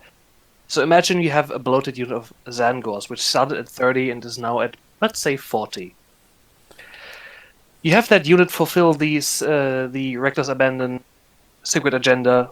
Was it the Reckless Abandon? The one where they gain +1 to the attack characteristic by charging 9 or more. Yep. Then you have the Enterspell, the Burning Sigil of Tzeentch on the battlefield, and you roll a 5 on this, which adds 1 to the attack characteristic of a unit that is within 12 of it. And again, you just spend a lovely little command point on maybe rerolling 1s. So you would have, when you arm them with Savage Blades, you'd have a blob of 40 models with 4 attacks each. 3s and 4s. Plus all these special models with Savage Great Blades and Vicious Beaks. Yep. This is good. So what it's doing is it's actually bringing back the old-time classic of the Zangor bomb. Bring back the Zangor bomb. I'm just wondering, is there maybe even a Beastman battalion that could work with that? There probably is, but I have no idea. But yeah, it's a very effective. I mean, your Acolytes, although quite good, suffer having Bravery 5. So this takes them from Bravery 5 to Bravery 7, which is a big difference. That's 2 models. Where's the Zangors? Zangors have got Bravery 5. This takes them to Bravery 7. It's like it's this particular one is like the first 2. It finds the weakness of those models and just improves, which is great because it makes them more viable, which is nice because now we have a great way to run horrors, a great way to run flamers, and a great way to run mortal infantry. So from the first sort of couple of change covenants, this has dictated your playstyle. So having an army of Acolytes and Zangors is now entirely viable, and it's quite effective as well, I would say. Though I'd have to state it treats your Acolytes more as sacrificial lambs than as proper part of your army. When you want to go Carrick Acolytes, there's another cult for that, but they still have their place in this as sacrificial lambs. Yeah, and they're still working. They're still going to be doing. They still can shoot. They can still. So that helps make up for the fact that the Zangors can't shoot. So your Acolytes can. So if there is a unit that's off distance that is pestering you, you can still take a shot at it. It's maybe not the most efficient shot, but it's on your battle line. Yeah, it's kind of focusing on their melee aspect. This is for melee blobs, Yes. pretty much. Yes. I'd agree. Sadly, the artifact of power is a bit lackluster, which is just the Chaotica amulet. It's just add 1 to the wounds characteristic. I do It's like not- the name of it. Yeah, it's very cool. Yeah. It's not awful. I mean, you have to take it anyway because before you Yeah. take anything else. So +1 wound is always nice. It's different. It can be the difference between a on the table and not being on the table, but It's the throwaway artifact. It's the thing you lob off to some unimportant hero as soon as you have a battalion to take what matters on matters. yes, exactly. Yep, And agreed. it's not the worst. It's not, but it's pretty bland. But it's not the worst artifact in the world. But it could have been a bit more spicy. But yeah, I'll take +1 wound. I have to take +1 wound anyway. So yeah. Yeah, so might as well. Yeah, that's fair enough. Right, okay, so that's like I say the first one we see for the mortals, and not really too bad. Everyone does say that the demons are better for Tzeentch, and I'd say that the demons are ultimately better at the moment, but the mortals aren't too bad. So going into the next one, we're going to have a look at, which is going to be the Pyrophane cult. It should be. Right. Yes. And that's the Carrick Acolyte Cult Definitive Edition. Yeah. Yes, yes, it is. Right. So with that, I'll let Max try and take us away. Okay, the ability for this cult is the Arrows of Tzeentch.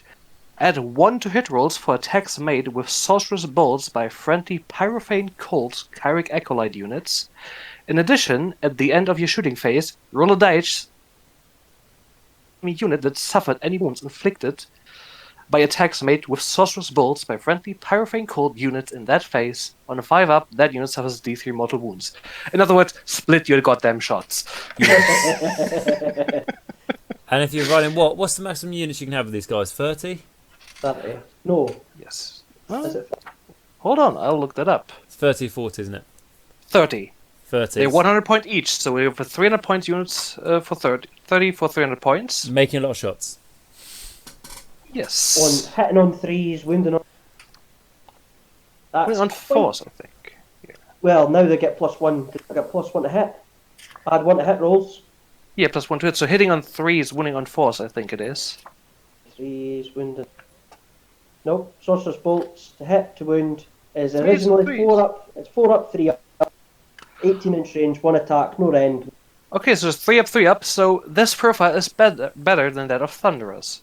Yeah. So on an absolutely bog standard battle line unit that you can actually take off fast, 3 up, 3 up is pretty good.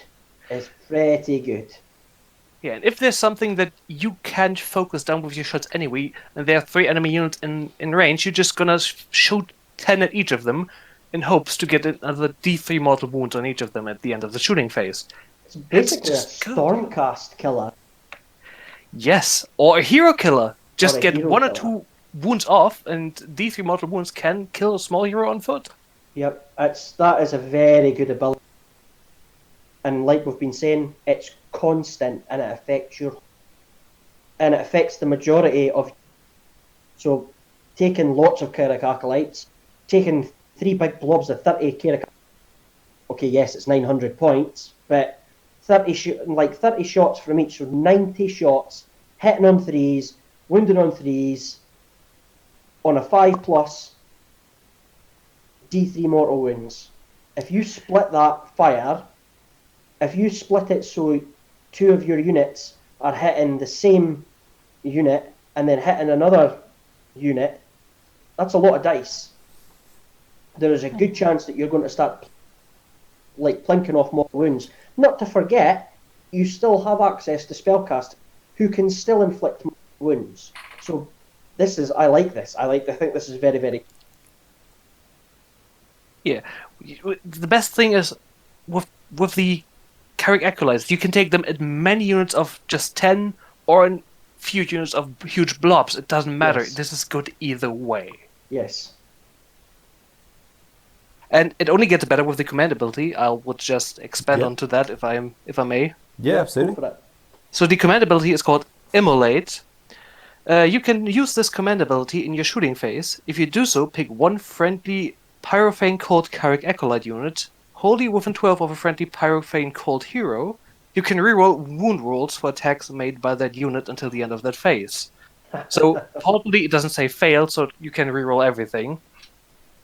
Even after modifiers. Great. Yeah, that's brutal. If you want to That's- double down on that and you have a command point over, you give them Volifiers who can reroll once to hit and all to wound rolls. You have a machine gun. You're hitting on threes, wounded on wounded on threes, re-rolling with plus D3 mortal wounds. It takes a standard battle line unit and turns them into a serious threat. Like that serious threat to heroes, monsters, and because you can take them en masse, you can go up against hordes and you can devastate hordes. Keep in mind, these guys also have this spell, Gestalt Sorcery, which gives their Sorcerer's Bolt a rend value of 1. Yeah, so it's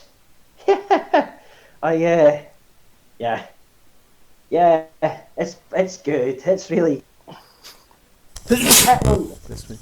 Thank you. a battle line unit with a shooting attack, hits on and wounds on threes, and can re-roll wounds, is going to just about kill anything that it goes up against. On average, that's like 12. If you take a blob of 30, on average, that's like, 12 wounds through? Mm-hmm. There are very few heroes that can withstand amount of punishment. And if you've got 2 or 3 units in eyes and you focus on something, you will just delete things with that. If you want that unit gone, it's gone. Unless you roll like I do, which is you roll ones. I roll ones for days. Well, that's why you need Volifier. Exactly, there you go. But yeah, it's taken a unit that's already okay. The Carrick Acolytes have always been okay. They've never been the best, but they've never been the worst. This just makes them horrendous. You could make pink horrors disappear off the board, pink horror, very, very quickly. And you can have a 2-up save, but if you've got to make, 30 saves, you are going to fail some of them. It is just purely a game of attrition. That many dice is horrific. Well, you'll know yourself. We're playing Legions of Nagash. The skeletons on their own are not that great. But when you pair them up with things like Dance Moves, and you pair them up with the pluses to hit and all this other crap, your opponent can have a 3-up save. But if you've got to make like 30 dice rolls as defense, you are going to fail enough to die. And having this many accolades is just horrific. Yeah, and also it's a shooting attack as well, isn't it? I mean, if you're saying like incredible skeletons and stuff when you're going against your saves, like the Mortek Guard, obviously for the Bone Reapers. And the reason I keep mentioning them is because they're obviously quite a powerful arm at the moment. I've had a few games of them lately. Like my Mortek, you love them. and I do love them, yeah, quite a bit. The Mortek Guard, you realise as soon as they get hit by something that's not in the combat phase, they're not re-rolling their saves. Yeah, so you're taking away advantages from. But these guys can then still run up, actually hit them, and are quite effective at hitting things. So you're making their shooting attack, which was already quite good for battle line. Very good. Plus it can do mortal wounds, plus it can reroll the wound roll in its yet. That could be sickening. Yeah, like this. When you like those Carrick Acolytes, take this gold. Yeah. If you want to go infantry heavy, like acolyte heavy, this is the way to go. So if we're comparing it to the last one though, where we said if you want to go acolyte heavy, that's the one to go for.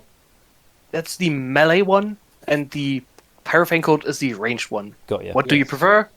Pick and choose. Yeah. Nice. So you now have a choice in how to run. Because bear in mind, the downside to picking mortals is you don't get the locus. So this makes up not getting that locus, I would say. I would say making these guys more efficient, already good at, which is killing things, rather than survivability, is just, it's good. It's taking their weakness and it's forget the weakness, let's just make what they're good at better. Yep. That's good. The command trait is shrouded and unnatural. Subtract 1 from hit rolls for attacks with missile weapons that target this general. So Now that doesn't sound like the best. However, when you combine this with Lookout Sir and, you know, potentially like 6 units of either 10 acolytes or 3 big units of, your opponent is not going to get anywhere near, so they have to shoot at them. You are making one of the few ways to actually hit harder, which is, it ties in well with what's going on the table, I think, which is nice. Mm-hmm. This prevents hero sniping rather effectively for that one hero. Yes. Just it. It feels like it's a lesser version of the one what one of the demons had from their cult we looked at a little while ago, which was had an aura ability as well. But you know, it is what it is. In the eternal configuration, was it? Yes, subtract 1 from hit rolls for demon units wholly within. Yeah. Well, that was pretty much just an expansion of the locust onto demons, whereas this one is just for the hero. Yep. But it's always nice. It's always, again, it's a nice little extra. If you've got all those acolytes, your opponent is not going to be able to get to charge at you because you've got so many bodies. And then if they get too close, you can like 90 dice shooting at them.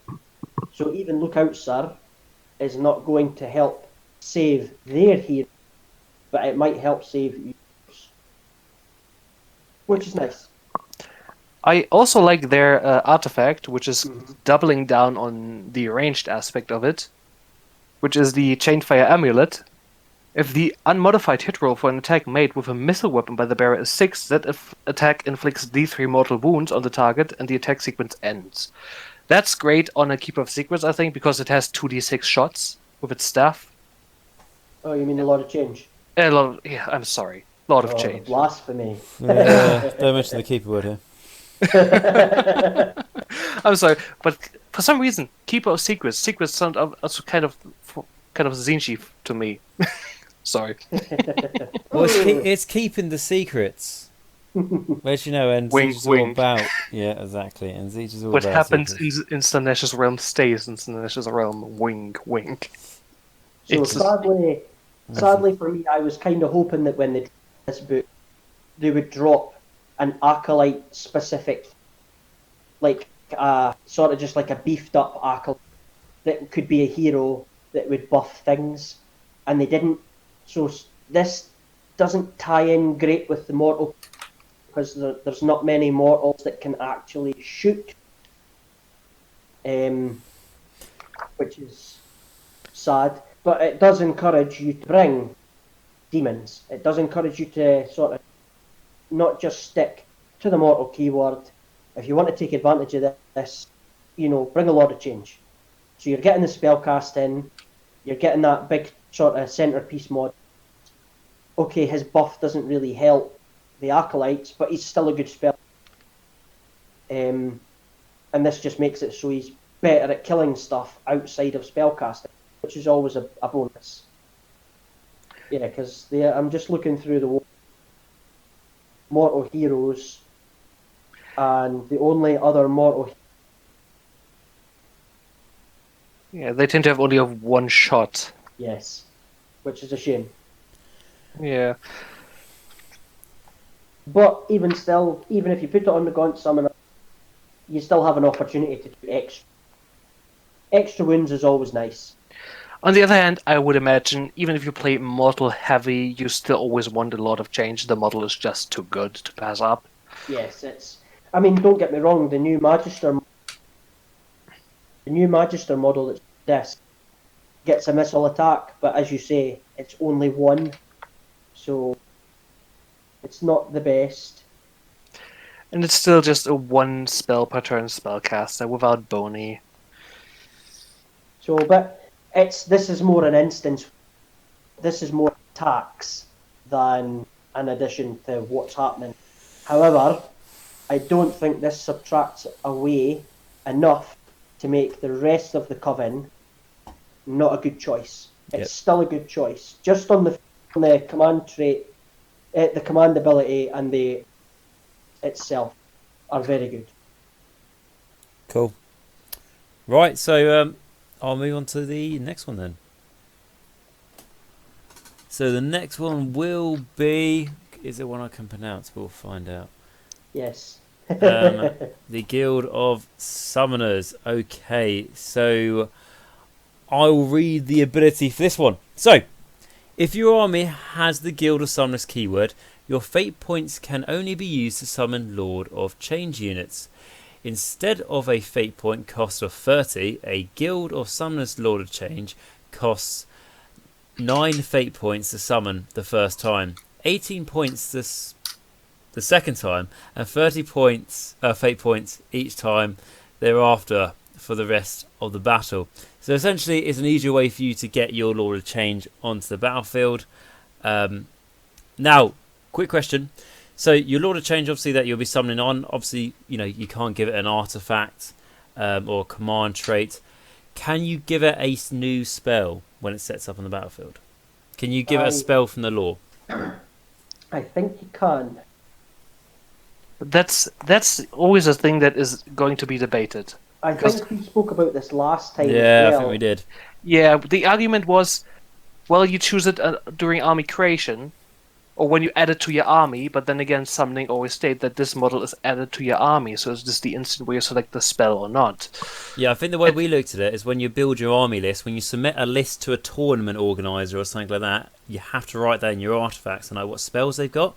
So because you can't do that, obviously one that you maybe will summon in, it won't get it. Is that what we agreed on? I think that is what we said. Yeah. Obviously, talk to your opponent. What are their thoughts? Talk to your I don't know, the store manager, wherever you're playing, for some authority on this. But just be sensible. For me personally, you're getting a Lord of Change for kind of a free, so you don't get those extra points. That's how I look at it. But I know some people look at it differently. So I do. I look at it as you're getting a 360 point model that is immediately castrated. It immediately loses essentially why you would want another one. I mean, it's probably the one situation where we would want to build a lot of change with the Baleful Sword instead of the Rod of Sorcery, so it's a way to bring this model. Yeah, That's true. it's been done for modelling purposes. I think the fact that it prevents you from summoning anything other than a Lord of Change means that you would actually have to take quite a mortal heavy army to really benefit from this. Or rather, you could take a endless spell heavy army, because those are known by all your sorcerers. That's very true. But then that's points. I don't know. I think it sounds very nice because it sounds like by the two have like potentially 3 Lords of Change on the table. Because if you start with a Lord of Change on the table, he's going to generate you quite a few points.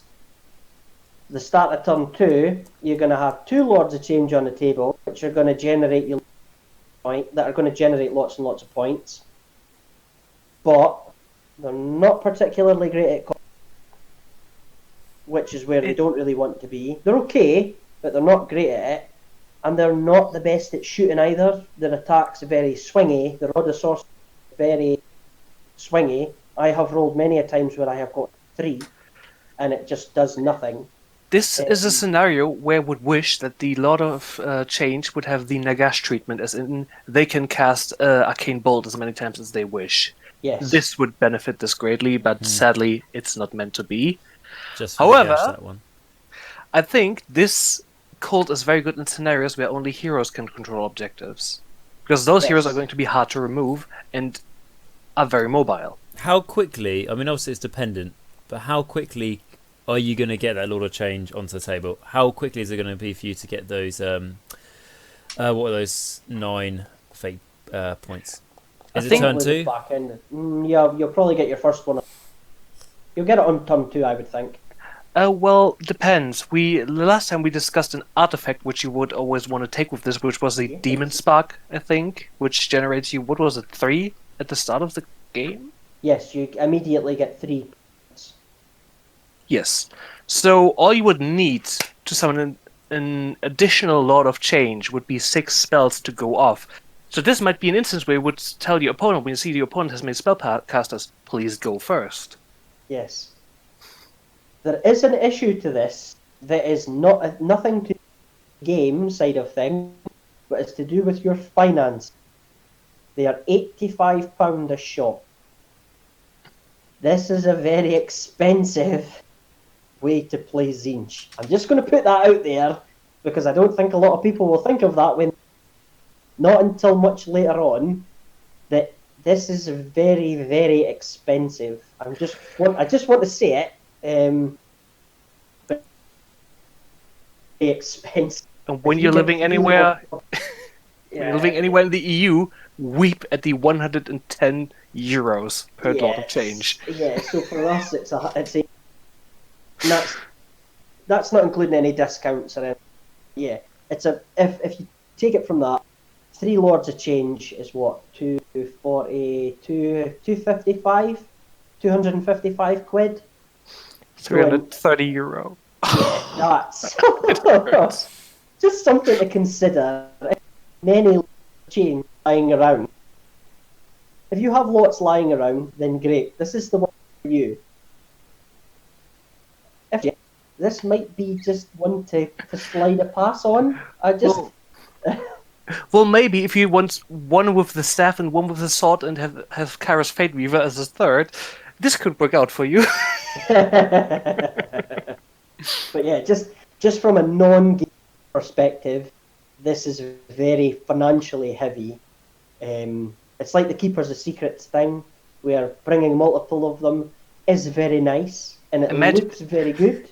However, imagine committing $330 to an army without having even points invested into it.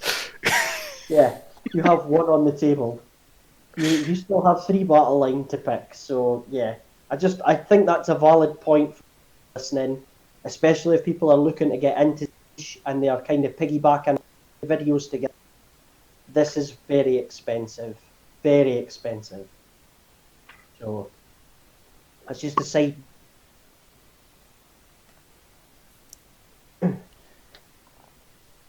Yeah. I don't think. I mean, very good. It goes to what you're trying to generate points. For example, being able to bring, because you backed up fate at the end is next, and Left and all as a War Scroll spell. Yeah, and you've already got the competition of 2 Lords of Change and whatever other sorcerers you've brought. So it's very restrictive. If it was just this, but you still got to summon other things, it would be very good. Again, how viable this is very much depends on which way you interpret when the spell is selected rule. Yes. Because if you and your opponent agree that it is selected when a caster is added to your army, which the spell states the unit is added to your army at this specific point, then yes, this cult is very much viable. But again, that's a point of discussion which Games Workshop hasn't bothered clarifying with any demon list so far. Did you say Games Workshop or James Workshop? Games Workshop. Cool. I've tried to say Games Workshop, that is. I don't know, my mouth does things sometimes. So I think I think what I'm going to say tailors into the command ability, which is you can use this command ability in your hero. If you do so, pick a friendly Guild of Summoners wizard wholly within 9 inches of a friendly Guild of Summoners hero, or wholly within 18 inches of the Guild of Summoners hero that is the general. Add 1 to casting rolls for wizards until the end of the phase. The unit cannot benefit from this ability. So Meh. this is actually quite deceptive. So your Lord of Change gives demons +1 to cast with his beacon of sorcery. What lacks is the mortals. The mortals don't have particularly reliable buff to buff their casting because they can't benefit from the Lord of Change's ability. This cancels this out. And this Well, goes back to what I was saying at the start, which is I would- think you play a mortal heavy list and then you use the Lord of Change essentially when you summon them in as giant distraction carnifex. Your opponent will never ignore a Lord. They are infamous for being able to just obliterate hosts. That's what they're good at. Their spell, the Infernal, is it the Infernal Gateway or the Infernal Gateway, I believe. Maybe, actually, hear me out. Maybe you would actually want to play this list without having one on the table to begin with. Yes. This way, there's no competition to his inbuilt spell. Yes. So you would play Mortal Heavy, you would bring a lot of Mortal Wizards, a lot of Magisters, and who can, when they do, or the Ogroid, who when they do damage, they summon other. Or you bring a Gaunt Summoner, he can summon stuff onto the without using fate points.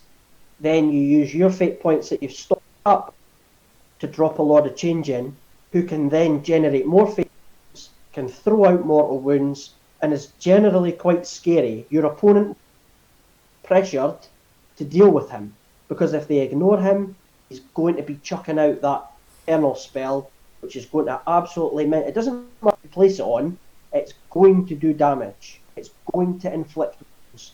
He's never short on targets. Yes, it's targeted better for Horde or elite units, but still, even dropping his spell on a hero still will pop mortal wounds.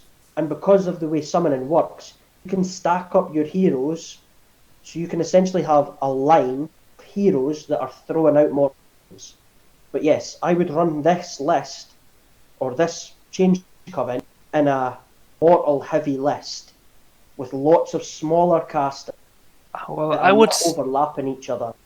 I would still say that the command ability is not an adequate replacement because it selects one wizard. Yes, it's not the best, and it's not the best. There's no denying that. Gaunt. Sorry, my mic keeps cutting out. If you've got a Gaunt Summoner, and you drop a Lord of Change next to him, and you've got an Ogroid, or got a Magister, you can, if you've got a couple of command points, you can pop the Lord of Change's ability, which gives himself and the Gaunt Summoner +1 to cast, and then you could use the other command ability to give the Magister +1 to cast, or give your Lord of Change +2 to cast, or your Gaunt Summoner +2 to cast.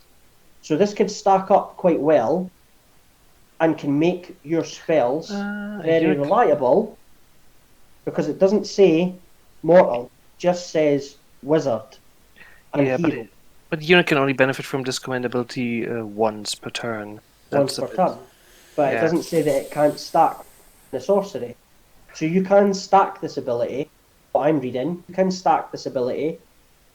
Again, it's not the best, but if we're trying to make the best out of a bad situation, I think the best way to look at it is that, yes, you don't start with... You start with an extra 360 points of something else. Other casters, I would say a Gaunt Summoner, because then you're going to get pink horrors. I mean, at this point, realistically, I think the strategy would be to have it appear, the Lord of Change appear turn 2, cast so it has no competition for its built-in spell, the Infernal Gateway, was it? Yep. And then have it fight offensively, because it doesn't matter if you lose it by turn 4, because you can then resummon it at this point. Yes. Which is exactly the point where you have, again, no competition for its only built-in spell.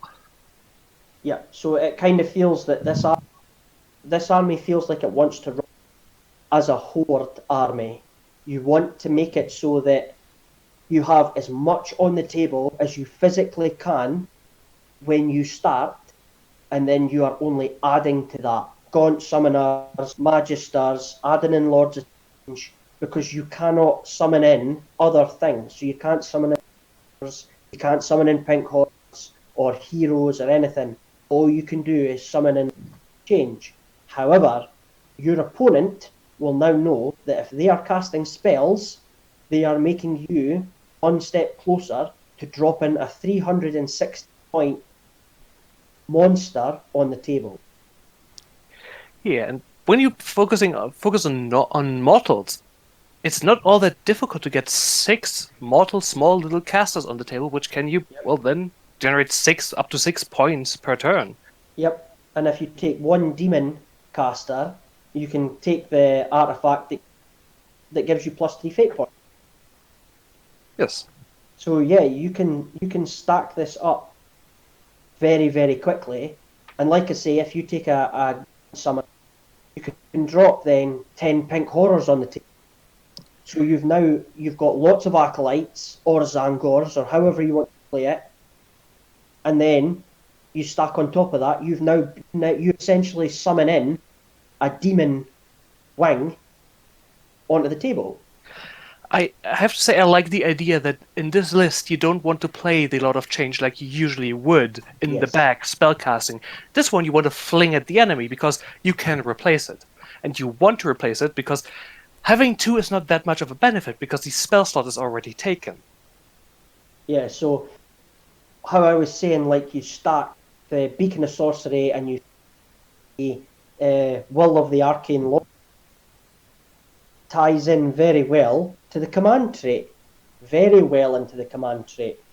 So I don't know if somebody wants to read out the command trait. I could do that. It's called Prophet of the Ostensible, I suppose. If this general is part of your army and on the battlefield, at the start of your hero phase, roll a die. On a 4-up, you get 1 extra command point. So now you see your turn starts, you get a command point. Your general, who's not the Lord of Change, who is already on the battlefield, then gets a second command point.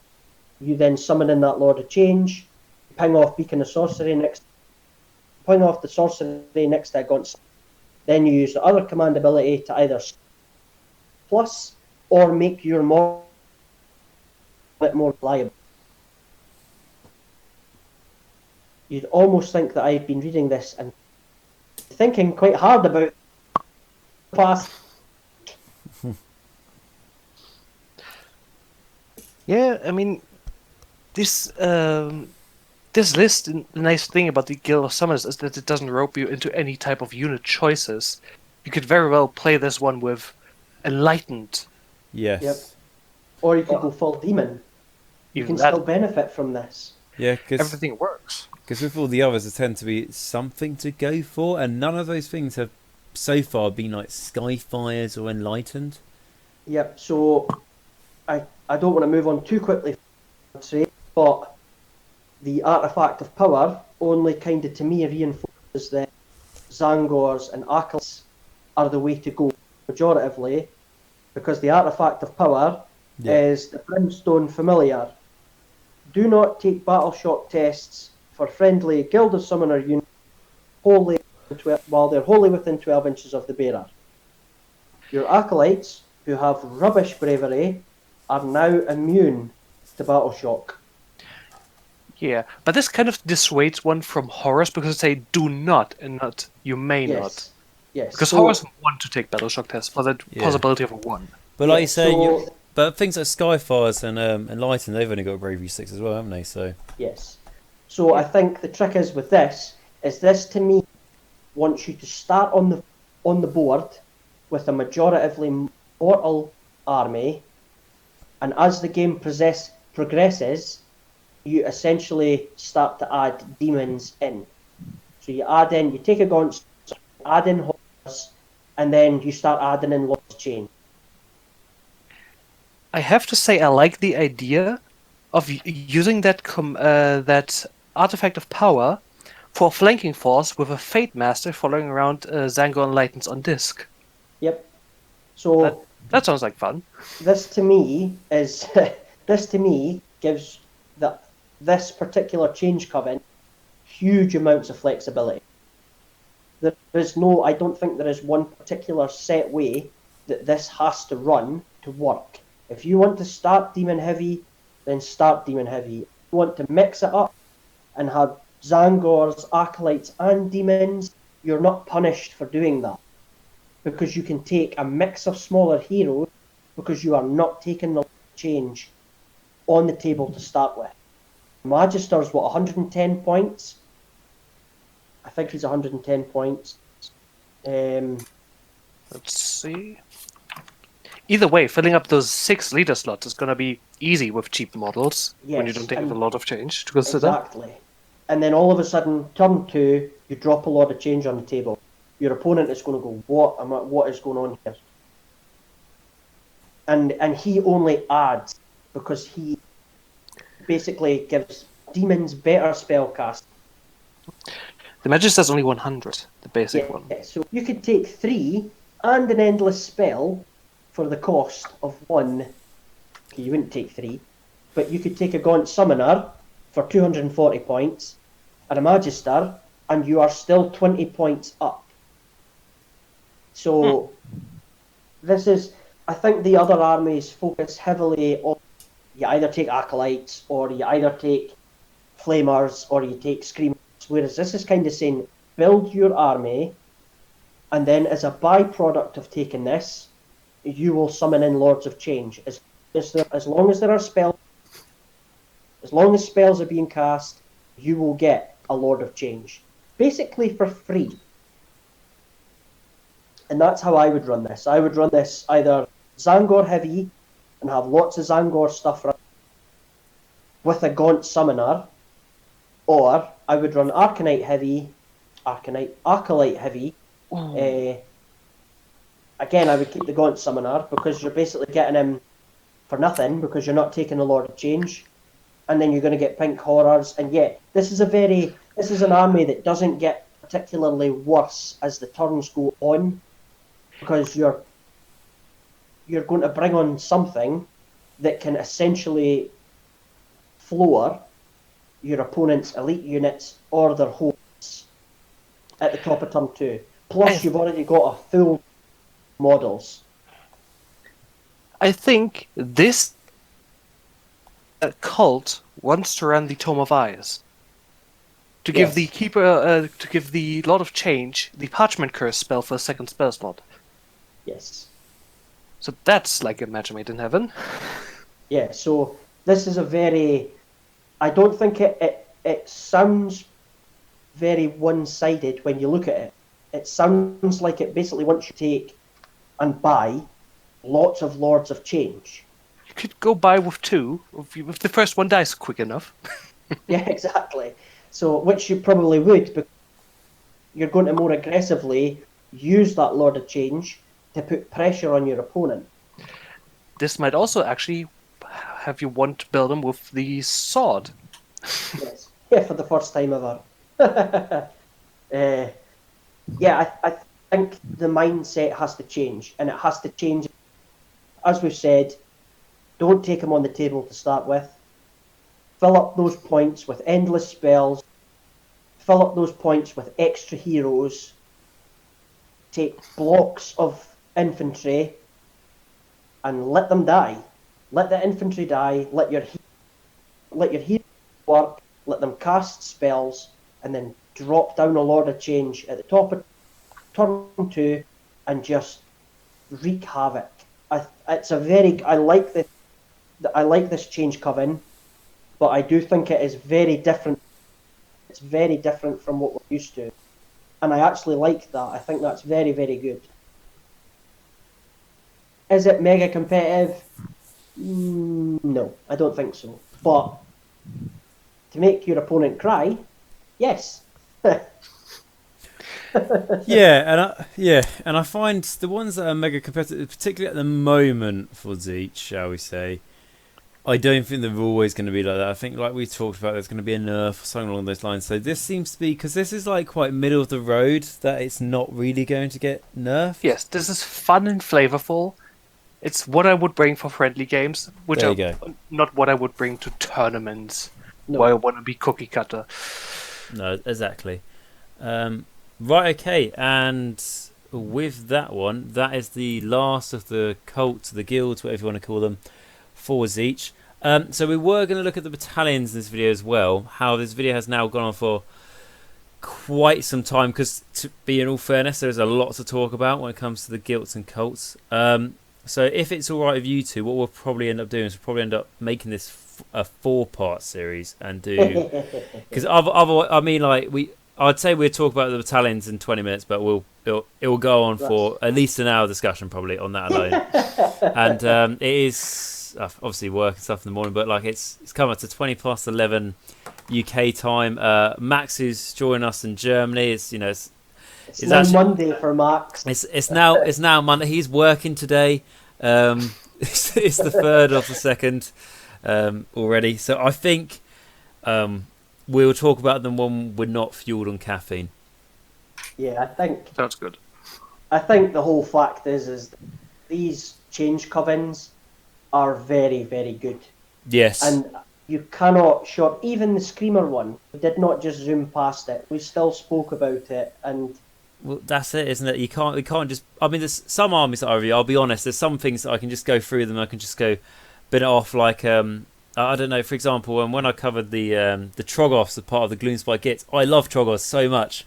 However, when I got to discussing its battalion, I was like, I think I probably covered that very quickly because it's a case of don't take it. yeah, it's too. It's a big just meh. not worth discussing. Yeah. However, there hasn't really been anything meh about what we've talked about in this video. To be honest, the most meh thing was the Screamers, and we all agree that the Screamers aren't bad. It's just compared to everything else you could take in the army. Then, Yes. Yeah. Yeah. So when you're playing 1,000 point style games, or maybe even the new 1,000 point style format that they brought on with the General's Handbook 2019, Yep. where you divide your army into 3 forces that appear one after another, having those extra 6 Screamers on the field before reinforcements appear, fun, powerful. It's just made for a different game mode, I think. Yeah. Yes. Yeah. But whereas I think the other 4 are, it's great because they are specific to certain things, but then you have this sort of one wild card that basically says, as long as you take spellcasters, take whatever you like. And I think that's great. I think getting away from this, you can only run one list to be competitive, is excellent. I think the fact that Games Workshop now, and it appears to be quite a common trend, that, in the Slaves to Darkness book, you can take one of the cults, or however you want to call them, one faction, we'll call them factions, that sounds nice, that you can take one of them, and it helps tailor your playstyle, which means there is a playstyle for everyone. If you want a magic heavy Tzeentch army, then go for the Gilda Summoners. If you want an Acolyte shooty army, go for is it the Pyrophane cult? If you want... The Pyrophane is for the Flamers, I believe. Oh, no, you're right, yeah, Pyrophane is for the Arcanauts, yeah. If you want to go sort of like killy, run up death, go for the Host of Duplicity. There is such a diversity in how you play Tzeentch now, that it's not just demons are good, play demons. Exactly. Like Mark says, Max, you obviously like the Flamers. I never ran. I ran Pink. I ran Pink Horrors and Lords of Change. That was how I played it with Gaunt Summoners. That is how I played it. But now I want to go out and I get things like the Magister to have these things, because now I want to try and experiment with other things available to me. It's not just a one style army anymore. It's still a spell army. You are still the magic phase masters, but it's more than that now. There is more, and I like that. I think giving us more to do and giving us such a diverse variety can only be a benefit. It can only be a positive. Yeah, and Martin, I'd agree with you. I think first what you're saying about the different factions within the book, like to call it, the different legions and cults and whatnot. There's 6 to choose from. One of them we've established is not the best, and that's the Screamer one. But apart from that, there are 5 viable ones to go for. The other thing is that I would say when I first looked at Tzeentch with the new battle tome, I'd say, well, just hands down, demons are the best. And I still personally believe demons are the best out of demons and mortals. However, at first I was like, there's not really much point looking at the mortals. But after doing quite a bit of reading now of them, I think they're definitely a viable option, which is something that I've learned, and I think something what people who maybe have only taken a quick look at this army have hopefully learned now as well. That if, for example, you would prefer to go mortals and you think, oh, they're not very good in the book, well, actually, they can be. The great thing about all of this is that these cults, when we read about the cults, one tends to forget that these are on top of the basic abilities. In this case, the locust, the summoning, and my favorite part, the secret agendas. And these combined, the basic rules that every cult gets, just basic Tzeentch rules plus these specific cult rules, make for very interesting playstyles. I love the agendas, and some agendas lend themselves more to specific cults. It's fun. It's great. I think as well, like a start we've only ever kind of brushed on, is that if you're starting to play Age of Sigmar, or you've maybe played Stormcast, or something like that, and you're thinking, I want to play something else, and a lot of the time, and I would personally have said that I would have said, buy the Battle Tome for Tzeentch and learn it page for page, because it's very difficult to get started with Tzeentch, because it's rules on top of spells, on top of abilities, buffs. It's a lot of information.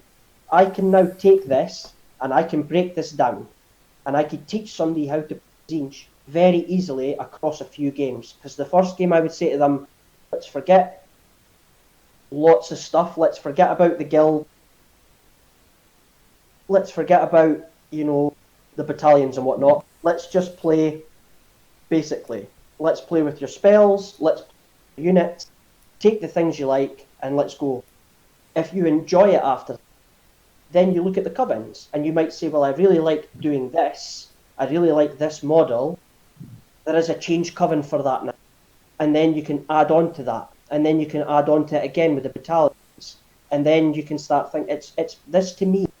Though it is a lot of rules in one sitting, if you actually divide this book up, it almost divides into chapters very, very well. And it is a great teaching for people who have never played an army that's as complex or that is memory heavy as Tzeentch. This will help sort of, I don't know, I think this breaks it down in a friend way by breaking down the sort of basics of the army, then a little complicated by adding your change cover, and then making a little bit more complicated by battalions. I think this is good. I think this is a step in the right direction. I think Games Workshop are making good moves to make this more accessible. Yes, it's a lot of information, but you can split this information down.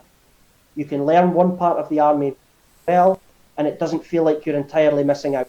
So when you add the covens in, you actually go, oh, wait a minute, these units are even better. My acolytes are better at what they do now. Or my flamers are even better, which is nice. I like that. I think from a new perspective, Age of Sigmar is going the same way as for. It's becoming that there are lots of information outside the general book, endless spells, realm information, battalions, all this kind of stuff is adding on information. So being able to split a book down for a newcomer, I think is good. I think it's a nice little thing that I think a lot of experienced players overlook. They forget about that. They only, how can I affect them? Well, now you can teach somebody to play Tzeentch much more efficiently. without losing anything, which I think again is something that a lot of channels don't, which is the nuclear element. So I just wanted to throw that in there, as I have been mulling over this book for a long time, and since we did the last video, I have been looking at each of the things and trying to figure out how to play them. And that kind of struck me, a couple of days ago, that I thought, wait a minute, I could teach somebody to play Tzeentch in a sort of chapter style very quickly, which I think.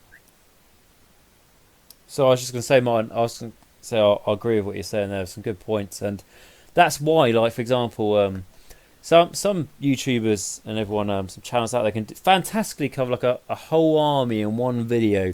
But for me personally, and I think we agree here, when it comes to something like Tzeentch, and particularly the other armies as well, but something like Tzeentch, I can't talk and explain to the listeners here about tactics and advice on how to run your Tzeentch armies all in one video. I think from what you've been saying, Martin, that's why we've had to do like one video on allegiance abilities and spells, one video on the cults and the hosts and stuff, another video on battalions, and then another incredibly long video on the war scrolls. It's just impossible, isn't it, to talk about it all in one. Even if you had like a 4-hour video, it would be not enough, in my honest opinion. Yes. So if you see a lot of like YouTubers like doing reviews of battle games, they're only glancing over. In an hour, you can only scratch the surface. I think Max agrees. You have to break a battle tone down. You have to look at it from an in-depth perspective. In this one video alone, all the three of us have had different ways of looking at every single coven. The Guild of Summoners, the last one, was a perfect example of that and how that evolved. Well, actually, you could take it like, and I think in one video, you cannot cover essentially what takes people months to master in one go. I just don't think you're doing it justice. You'd be missing out far too much. Yep, and discovering every new thing when you ask yourself, wait a second, this gets bonuses when this happens, but what about that other thing? Yeah, that's the fun of learning about your army, of discovering what it truly can do. Yeah, and you figure out that tiny little synergy that might just change everything. Yeah, and for me, it's like so there's loads of different parts I enjoy about this hobby. Like I love like kit bashing and building and painting and kind of. And then gameplay, but one of my favourite parts, painting depending on what it is, and since before and after contrast. But one of my favourite things with the hobby, which really surprised me because when I got into it, I wouldn't think it would be, but it's like you say, Max, it's finding those synergies. It's like like synergy hunting, isn't it, in a book? Because you open a book and you'll find what's the most straightforward things to go for. So if I return to Bone Reapers again. Petrified Elite, easy, just do that. But whilst that is what I've been practicing, in the meantime, I'm looking at all the other little things that people haven't unlocked yet because there's been no need to. But it's all about unlocking those little things. It's like, for example, when I got the Bone Reaper book, I also got the Moor Tribes book. And out of reading the Bone Reapers and Moor Tribes, despite the fact that I'm doing a Bone Reaper army, I much prefer the Moor Tribes book because there's no auto pick anything in there. It's up to you trying to find things. And with Tzeentch, there is a lot of finding to be done. Yes, and as time goes on and things start to change, because the other ones are so close together in their effectiveness, if a big change happens to one, it doesn't mean that the Disciples of Tzeentch is no longer relevant. It just means that you have to change your playstyle a little bit. And I think that's a good way to design a book. I think I cannot praise them enough. That this book feels very future-proof, which I don't think many of the Battletoads. Like you say, you find one combo that works, and you basically build an army around. But having access to essentially 5 potentially good combos with a 6 that only needs a little change to make it good, I think is excellent, and it leaves them room to actually make some genuine changes to shake up the meta. So as it stands, the conflagration one is the meta heavy choice, because Flamers having rend and extra damage and all this carry on is unbelievably powerful. However, we all know, because we have all experienced this, that part, your favourite part, if it is the most meta heavy, will eventually get changed. So having the ability to actually fall back onto something else in the book without having to wait on the next battle or the next FAQ or update is excellent. It means that this book will stay relevant for a long time. It is a good investment. If you don't play Tzeentch and you think about playing Tzeentch, this battle tome, I think, is an excellent investment. And if you do play Tzeentch, this encourages you to actually look at other forms of gameplay. If you don't play, so I don't play Acolytes, this book makes me want to play Acolytes. I've never been in that position before where actually Tzeentch isn't finished for me yet. I haven't reached my maximum potential with it. And for Max, who has some Tzeentch models, but is looking at getting into it, I think for you, Max, this is excellent, because it means you can play the meta, but you can also play friendly. Whereas if you're playing like Flesh Eater Codes, that can be very difficult. And having the cards are same. You have a nice sort of scattering of choices to make, and none of them are bad choices. None of them are wrong. What I like personally about the Tzeentch book and the Current Overlords book, currently over the Gloomspite Gits book, which are fading out of relevance for me, is that these books, when you get tired of the army you are playing, but you like the factions, there are more ways of doing so without having to change to another faction. With the Gloomspite Gits, they have been solved. There's one correct way. If I don't want to run them, that I can go eat dirt. Yeah, basically, and it's like Idenith, and it's Way. like Flesh Eaters. There's really only one solid competitive way to run them. Whereas, as you say, if there's one thing in the cards and it's super powerful, because you can take a different Skyport, take different battle lists, which changes your game style, and it is exactly the same. Although the Covens don't give you access to massive amounts of battle line, yes, it changes the battle line for Flamer, but taking the Guild of Summoners or taking Pyro, it just sort of narrows your focus, and it allows you to actually focus on one aspect of the game. But if they change it, it doesn't mean that the Disciples of Tzeentch battle becomes irrelevant. It just means that you change your game style. And I think as a newcomer, it's very good, because it means there are no purchases. Everything, your money can be well spent no matter what you buy. And that is, to me, is the best thing that they could have done.